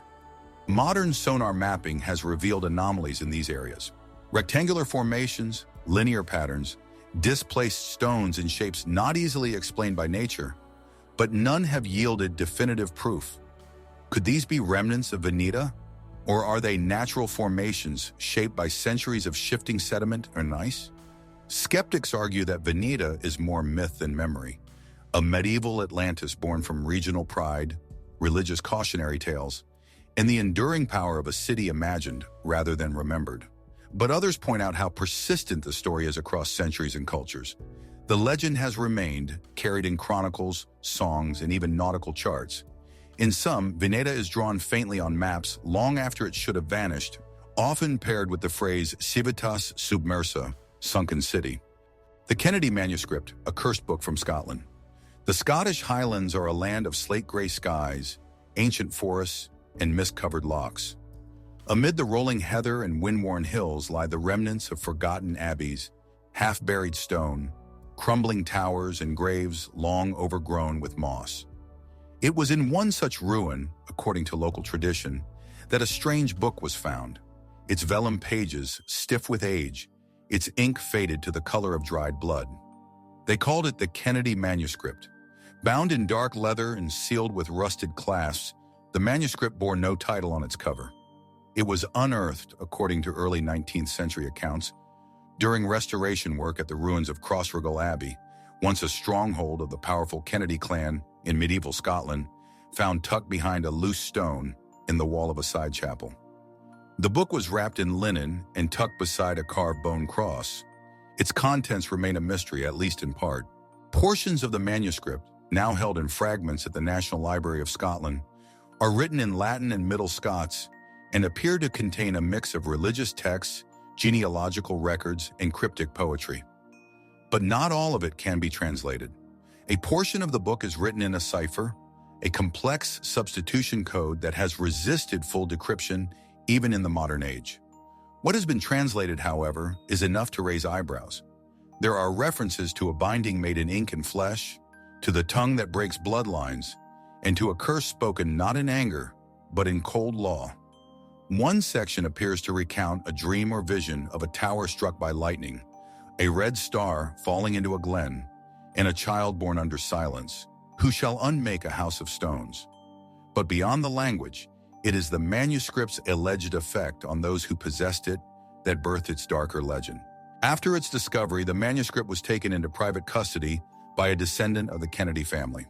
Within 2 years, the man, Lord Fergus Kennedy, was dead, drowned under suspicious circumstances during a storm on the Ayrshire coast. His son inherited the manuscript and, according to family letters, became obsessed with decoding the ciphered sections. He was later declared mentally unfit and confined to an institution, where he reportedly tore pages from the book and claimed they were listening to him. Other deaths followed. A fire consumed the estate in 1861. Another heir vanished during a hunting trip in the Highlands. A later descendant, who attempted to donate the manuscript to a London museum in the 1930s, died suddenly of unexplained heart failure just days after delivery. The museum returned the book.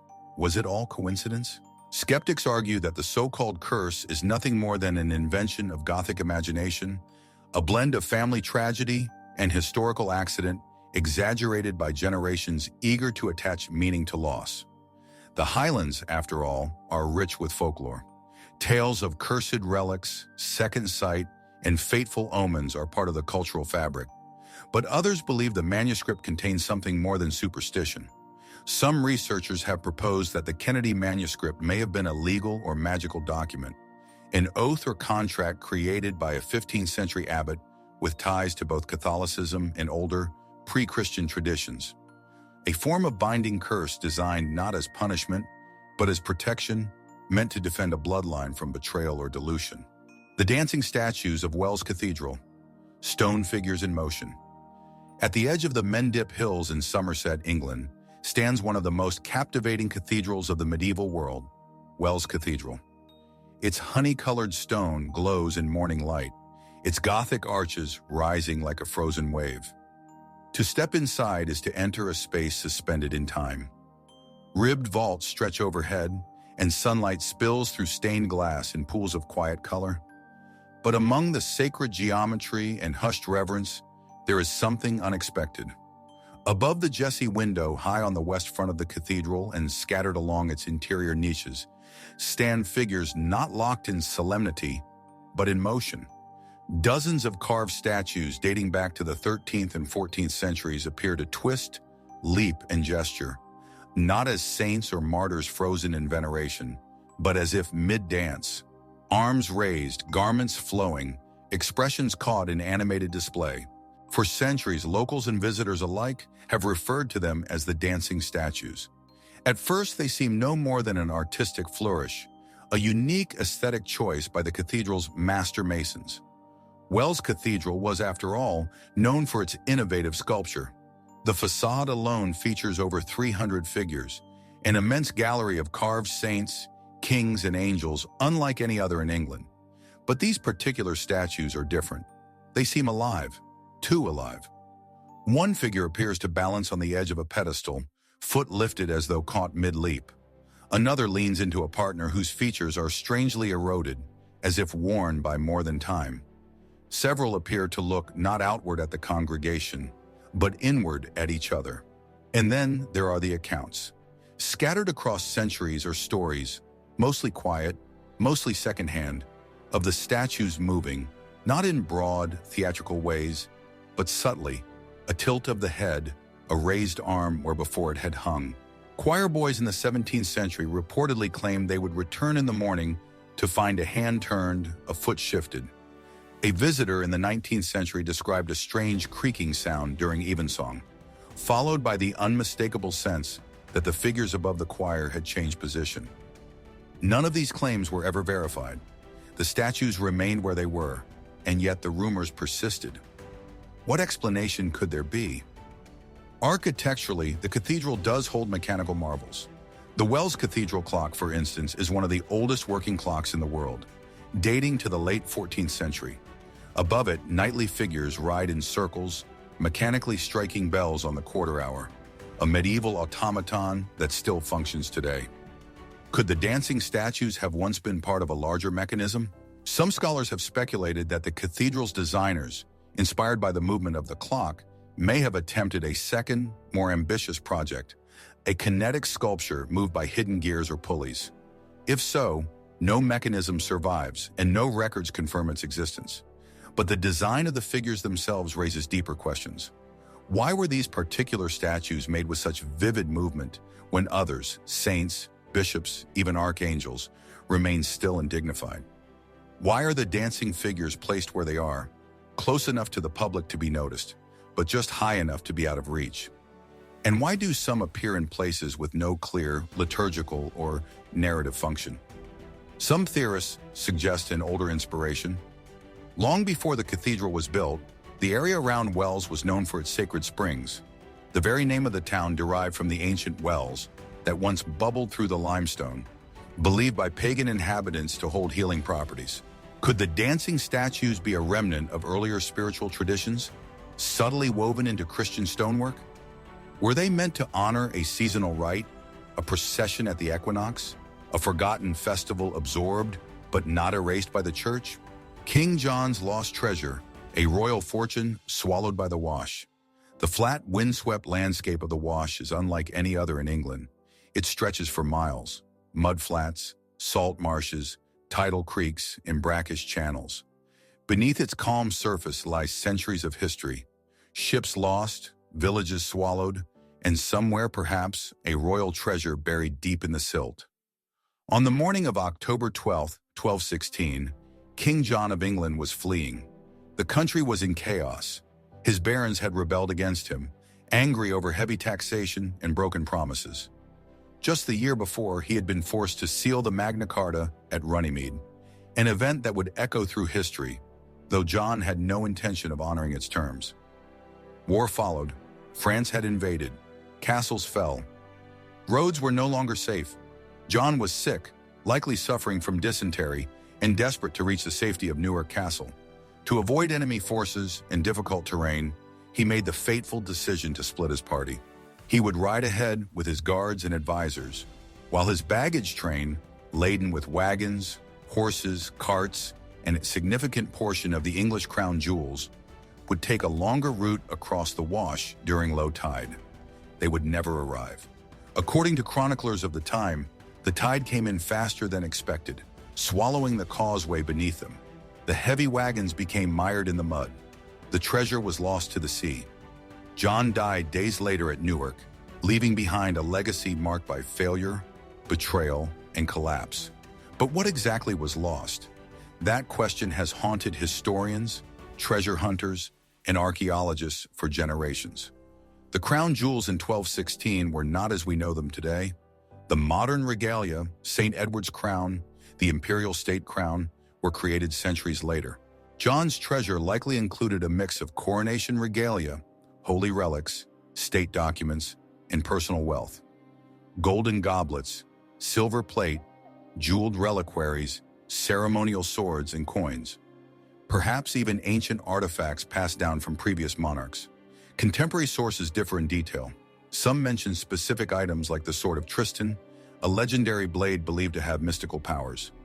Others refer to relics of the saints or gems from the East, implying that John's trove may have included Crusader spoils or gifts from the papacy. But no complete inventory survives, and so the imagination fills the gaps. Was it merely royal baggage? Valuable? Yes, but not irreplaceable? Or was it something more? Some theorists believe the treasure may have included lost documents, early versions of royal charters, or treaties whose survival would have altered the trajectory of English governance. Others suggest something darker, that the treasure contains sacred or even heretical texts hidden from the church, or relics tied to Templar rites, gifts from allies John had cultivated in secret as his grip on power weakened. Whatever it was, it disappeared. Searches began as early as the 13th century, but the Wash is treacherous ground. Tides shift dramatically, channels move, the landscape is constantly remade by the sea, and no confirmed trace of the treasure has ever been found. Modern attempts using ground-penetrating radar, sonar scans, and drone imaging have identified a few anomalies. Buried timbers, concentrations of metal, but none have yielded a definitive discovery. Is it still there, buried beneath centuries of silt? Or was it recovered in secret? Some local legends tell of villagers who found chests washed up days after the disaster, only to vanish themselves shortly afterward. Others speak of monks from nearby abbeys who quietly retrieved sacred items and never reported them. In the 17th century, a farmer claimed to have found a jewel-encrusted crucifix near the old causeway, but the item was never seen again. And then there is the question of whether the treasure was truly lost at all. A minority of scholars have raised the possibility that the story was invented, or at least exaggerated, to cover a more complicated reality. The casket letters. Forgery or betrayal of a queen. In a chamber lit by candlelight, a queen sits alone. Ink stains her fingers. The scratching of the quill is the only sound. Outside, the walls of Loch Leven Castle press in, cold and damp, surrounded by the still waters of a Scottish loch. She writes, or does she? This is the image invoked by the legend of the casket letters, a collection of 8 missives and several poems supposedly written by Mary, Queen of Scots, during the most perilous time of her life, letters that would later be used to imprison her, force her abdication, and destroy her reputation. Letters that may never have been hers at all. The mystery begins in the summer of 1567. Mary had been queen since she was 6 days old, but her rule was increasingly unstable. Scotland was a land divided by religion and loyalty, and Mary's Catholicism made her a target in an increasingly Protestant kingdom. Her personal life was also in turmoil, particularly her marriage to Henry Stuart, Lord Darnley, a man of ambition, jealousy, and poor judgment. On the night of February 10th, 1567, Darnley's residence at Kirkhofield was destroyed in a mysterious explosion. His body was later found nearby, not burned or crushed by debris, but strangled. Suspicion fell on many, but one name rose quickly to the surface: James Hepburn, Earl of Bothwell, a powerful nobleman and Mary's rumored lover. Just weeks later, Bothwell abducted Mary on a remote road and, depending on the version told, either seduced or forced her into marriage. Their union shocked the kingdom. Noblemen rebelled. Mary was captured and imprisoned. Bothwell fled into exile. It was in this charged atmosphere that a small silver casket, described as about a foot long, studded with ivory, was presented to the Scottish Privy Council. Inside were letters, love poems, notes written in French, Mary's native language. Some were unsigned, others bore no date, but all, according to those who possessed them, implicated Mary in the murder of her husband and her passionate attachment to Bothwell. The contents were never made fully public. Only summaries or translated copies were shared. Some read aloud, some transcribed, others paraphrased. The originals, if they existed, disappeared over time, but the damage was done. Mary, already under arrest, was forced to abdicate the throne in favor of her infant son, James. She would spend the next 19 years imprisoned in England under the wary eye of her cousin Elizabeth of Mern before being executed for alleged treason in 1587. But here's the question that has haunted historians ever since. Did Mary write the casket letters? Some believe she did. They point to the emotional language, the poetic metaphors, the desperate longing expressed in certain lines. The letters refer to secret meetings, to shared guilt, to a bond so powerful that it would justify any act, even murder. They fit in tone and timing with what many suspected about Mary's relationship with Bothwell. But there are problems, significant ones. First, the chain of custody. The letters were said to have been discovered by one of Mary's enemies, James Douglas, Earl of Morton, in a chest allegedly belonging to Bothwell. No witnesses saw the moment of discovery. The documents passed from hand to hand among those who stood to benefit from Mary's downfall. Second, the originals were never submitted for independent examination. The versions shown to Elizabeth's court were partial translations. No full French manuscript survives. Some scholars suggest the letters may have been forged outright, written by Morton and his allies to justify Mary's deposition. Others believe real letters may have been altered, lines added, meanings twisted, poems spliced in to frame Mary damningly. There is also the matter of handwriting. Mary was known to write in a highly distinctive script, yet no surviving copy of the casket letters matches it exactly. Forensic analysis is impossible without the originals. But even contemporary figures doubted their authenticity. Some, including Elizabeth herself, found the matter suspiciously convenient. And then there is motive. Those who sought to remove Mary needed more than rebellion. They needed justification. A queen could not simply be overthrown. She had to be seen as morally unfit. The letters provided that moral failing in written form: adultery, conspiracy, betrayal of a husband and a kingdom. The man who beheaded a king, the executioner of Charles V. The morning of January 30th, 1649 was cold. Snow had fallen overnight, blanketing the streets of London in a thin crust of frost. The River Thames ran gray and silent past Whitehall Palace, where scaffolding had been erected outside the banqueting house. A crowd gathered, thick with tension. Some wept, others watched in stunned silence. And from within the palace, King Charles's footers emerged, Cloaked in black, calm, composed, he was led to the platform and granted a moment of final prayer. In his last words, he declared himself the martyr of the people, forgiving those who had condemned him. Then he removed his cloak, knelt before the block, and stretched his neck forward. The blade rose and fell. The king was dead, but the man who held the axe, his name, his face, remains unknown. Witnesses reported that the executioner was dressed in plain clothing, wearing a mask and a false wig to disguise his identity. A second similarly dressed man stood beside him, perhaps an assistant or second executioner, as was sometimes custom in royal beheadings. Their identities were never revealed to the public. No official record names them, no signed confession, no acknowledgement, only silence. And that silence, more than the act itself, is what birthed the mystery. Because this was not just a noble, not even just a royal. Charles was a king, an anointed sovereign, believed by some to rule by divine right. To execute a king was an act of unprecedented gravity. Whoever struck that blow risked not just retribution from royalists, but damnation in the eyes of many. So who was he? One name rises above the rest. Richard Brandon, the common hangman of London. Son of Gregory Brandon, who held the same post before him. Richard had carried out several high-profile executions for the Commonwealth, including those of noblemen and traders. He was experienced, paid for his work, familiar with the blade. Just days after Charles's execution, rumors spread that Brandon had done the deed. Some said he was paid $30, a considerable sum at the time. Others claimed he refused the task, fearing the consequences.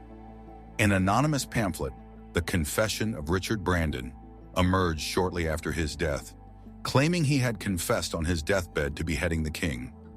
But the document's authenticity is widely disputed. No official seal, no corroborating witness, and Brandon himself died only 6 months after the execution, allegedly plagued by guilt, though no cause of death was officially declared. Was it him? If not, who else would have had the skill and the nerve? Another possibility is William Hewitt, a soldier in the Parliamentary Army. Years later, following the restoration of the monarchy under Charles II, Hewitt was arrested and tried for involvement in the regicide. He confessed under duress to having been present on the scaffold, but denied being the executioner himself. No evidence was found to prove otherwise, and he was ultimately spared execution. Some believe the man behind the mask may have been a foreign mercenary, someone brought in to carry out the task without the burden of local loyalty or fear of retaliation. A few witnesses noted an unfamiliar accent in the short words the executioner spoke on the scaffold. Others thought the man moved stiffly, clumsily, as if unaccustomed to the weight of the axe. Could it have been a loyalist, ironically performing the act to spare another? There are theories that a man loyal to the king offered to carry out the execution himself, ensuring a clean, respectful death rather than a drawn-out display of incompetence by a hesitant or hostile headsman. If true, this might explain the relative speed and precision of the strike. The axe fell once, cleanly. Witnesses noted that Charles's death was quick and dignified, unusual for such a high-pressure public execution. But this theory raises other questions. Why the disguise? Why the secrecy? Why no note left behind? It is also possible that multiple individuals were involved and that the true executioner never stood on the scaffold at all, that the assistant swung the axe, that the deed was carried out not by a known hangman, but by someone whose name we never recorded, whose face we never saw. The missing panel of the Bayeux Tapestry, a story left unfinished. Laid out in soft light within a dim gallery in Normandy, the Bayeux Tapestry runs nearly 70 meters long, its linen frame stretching like a medieval scroll, embroidered with images of kings, comets, ships, and war. At first glance, it seems complete. It tells a story with a beginning, a middle, and an end. Or does it? A closer look reveals that the final panel of the tapestry is gone, torn, lost, or never completed. What remains is an abrupt halt. The last surviving scene shows a group of soldiers pursuing fleeing enemies, some on horseback, others wounded or turning in panic. There are no closing words, no declaration of victory, no depiction of William the Conqueror crowned king. The final curtain of one of Europe's most significant conquests is absent. Why? The Bayeux Tapestry is widely believed to have been created in the 1070s, within a decade of the Battle of Hastings in 1066. Commissioned most likely by Bishop Odo, the half-brother of William the Conqueror, the tapestry was stitched by skilled artisans, possibly in England. Despite being called a tapestry, it is in fact an embroidered narrative, crafted with wool on linen in earthy reds, browns, greens, and blues. It depicts the lead-up to the Norman invasion of England, beginning with Edward the Confessor's promise of the crown, Harold Godwinson's fateful oath, and culminating in his death at Hastings. But then it stops, just short of William's coronation. Was it ever finished? Was the final panel lost to time? Or was it deliberately removed? Historians and textile experts note that the current tapestry ends with a vertical seam, an abrupt, unfinished edge. The border decorations, which run uninterrupted along the top and bottom of the tapestry's length, are also cut mid-motif. This suggests that the original work continued and was likely longer than what survives. Some estimate that as much as 2 or 3 meters may be missing. What might have filled those final scenes? The most obvious answer is William's coronation on Christmas Day, 1066, an event of enormous historical significance and one that logically concludes the tapestry's arc. That moment would have symbolically cemented Norman rule over England. But why would such a moment be absent? One theory is that the panel existed but was lost or destroyed. The tapestry was housed for centuries in Bayeux Cathedral and was subject to movement, wear, in periods of neglect.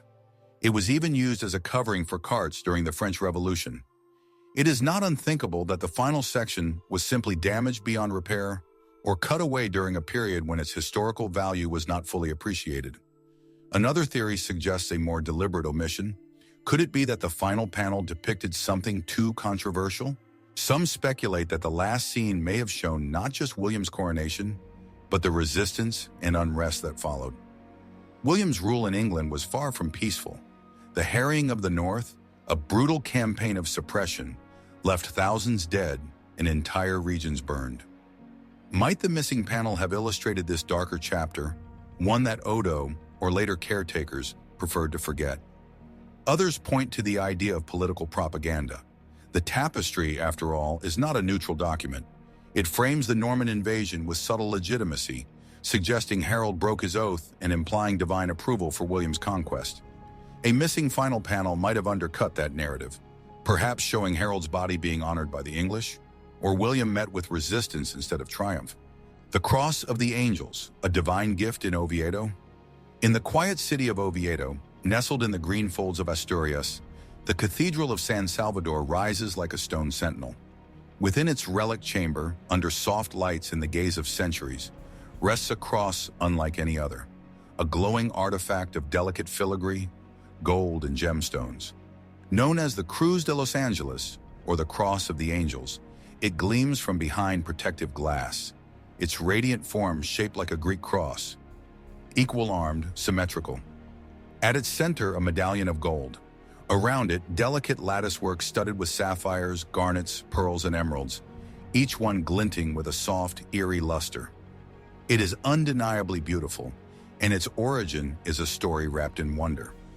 The cross is believed to have been made around the year 808 in the early days of the Kingdom of Asturias, one of the few Christian strongholds left in Iberia after much of the peninsula had fallen to Muslim rule. It was commissioned by King Alfonso II, a devout monarch who ruled from Oviedo and sought to make the city a spiritual capital for Christians in exile. But legend tells a different tale. According to the earliest local tradition, the cross was not made by human hands at all, but delivered by angels. As the story goes, 2 pilgrims arrived at the gates of Oviedo seeking shelter. They were taken in and offered a place to stay, while the city slept, but in the morning, the strangers had vanished. In their place was a golden cross resting on the ground where they had knelt to pray. Word spread quickly. The cross was declared a divine gift, a sign of favor from heaven, a relic meant to protect the Christian kingdom. The name followed, the Cross of the Angels. So what is it? An act of devotion by goldsmiths in the service of a king, or something stranger? From a historical perspective, there is strong evidence that the cross was indeed made during Alfonso II's reign. A Latin inscription on the back names him and dates the gift. It reads, Hoc opus perfectum est ab. It also names the recipient, the Church of San Salvador in Oviedo. But the cross's design has raised questions for centuries. The craftsmanship is exceptional, even by modern standards. The gemstones are mounted with great precision. The balance and proportions are near perfect. The style draws not just from Visigothic tradition, but hints at Eastern influences, Byzantine motifs. Some say elements that shouldn't easily be found in a remote mountain kingdom in the early 9th century. Where did this knowledge come from? Asturias was not a wealthy empire, nor a major trade hub. Its court was modest, its resources limited. How then did its artisans possess the tools and the vision to create something so refined? Some scholars suggest the influence may have come from refugee craftsmen, goldsmiths fleeing the Muslim conquest of the south, bringing their techniques and styles northward. Others believe the cross may have been partially assembled from older fragments, recycled gold, reused gems, perhaps even pieces from earlier, now lost relics. But none of this explains the legend. Why did the story of angelic visitation emerge so quickly? Why was it accepted so readily, not just by the public, but by religious authorities? Was it simply propaganda, a tale crafted to sanctify the monarchy, to draw pilgrims, to assert divine legitimacy? Or did something truly strange occur in the cathedral's early days? More curiously, the cross seems to have endured through centuries of peril. It survived Viking raids on the northern coast. It survived wars, fires, political collapse. Even in modern times, the cross faced danger. In 1977, it was stolen during a break-in at the cathedral. When it was recovered weeks later, the goldwork had been damaged, bent, and torn, but none of the gemstones were missing. Experts feared it would never be the same. But when the cross was restored and returned to the cathedral, witnesses remarked on its glow. Some even claimed it seemed brighter than before. Was it a trick of memory, of emotion, or something else?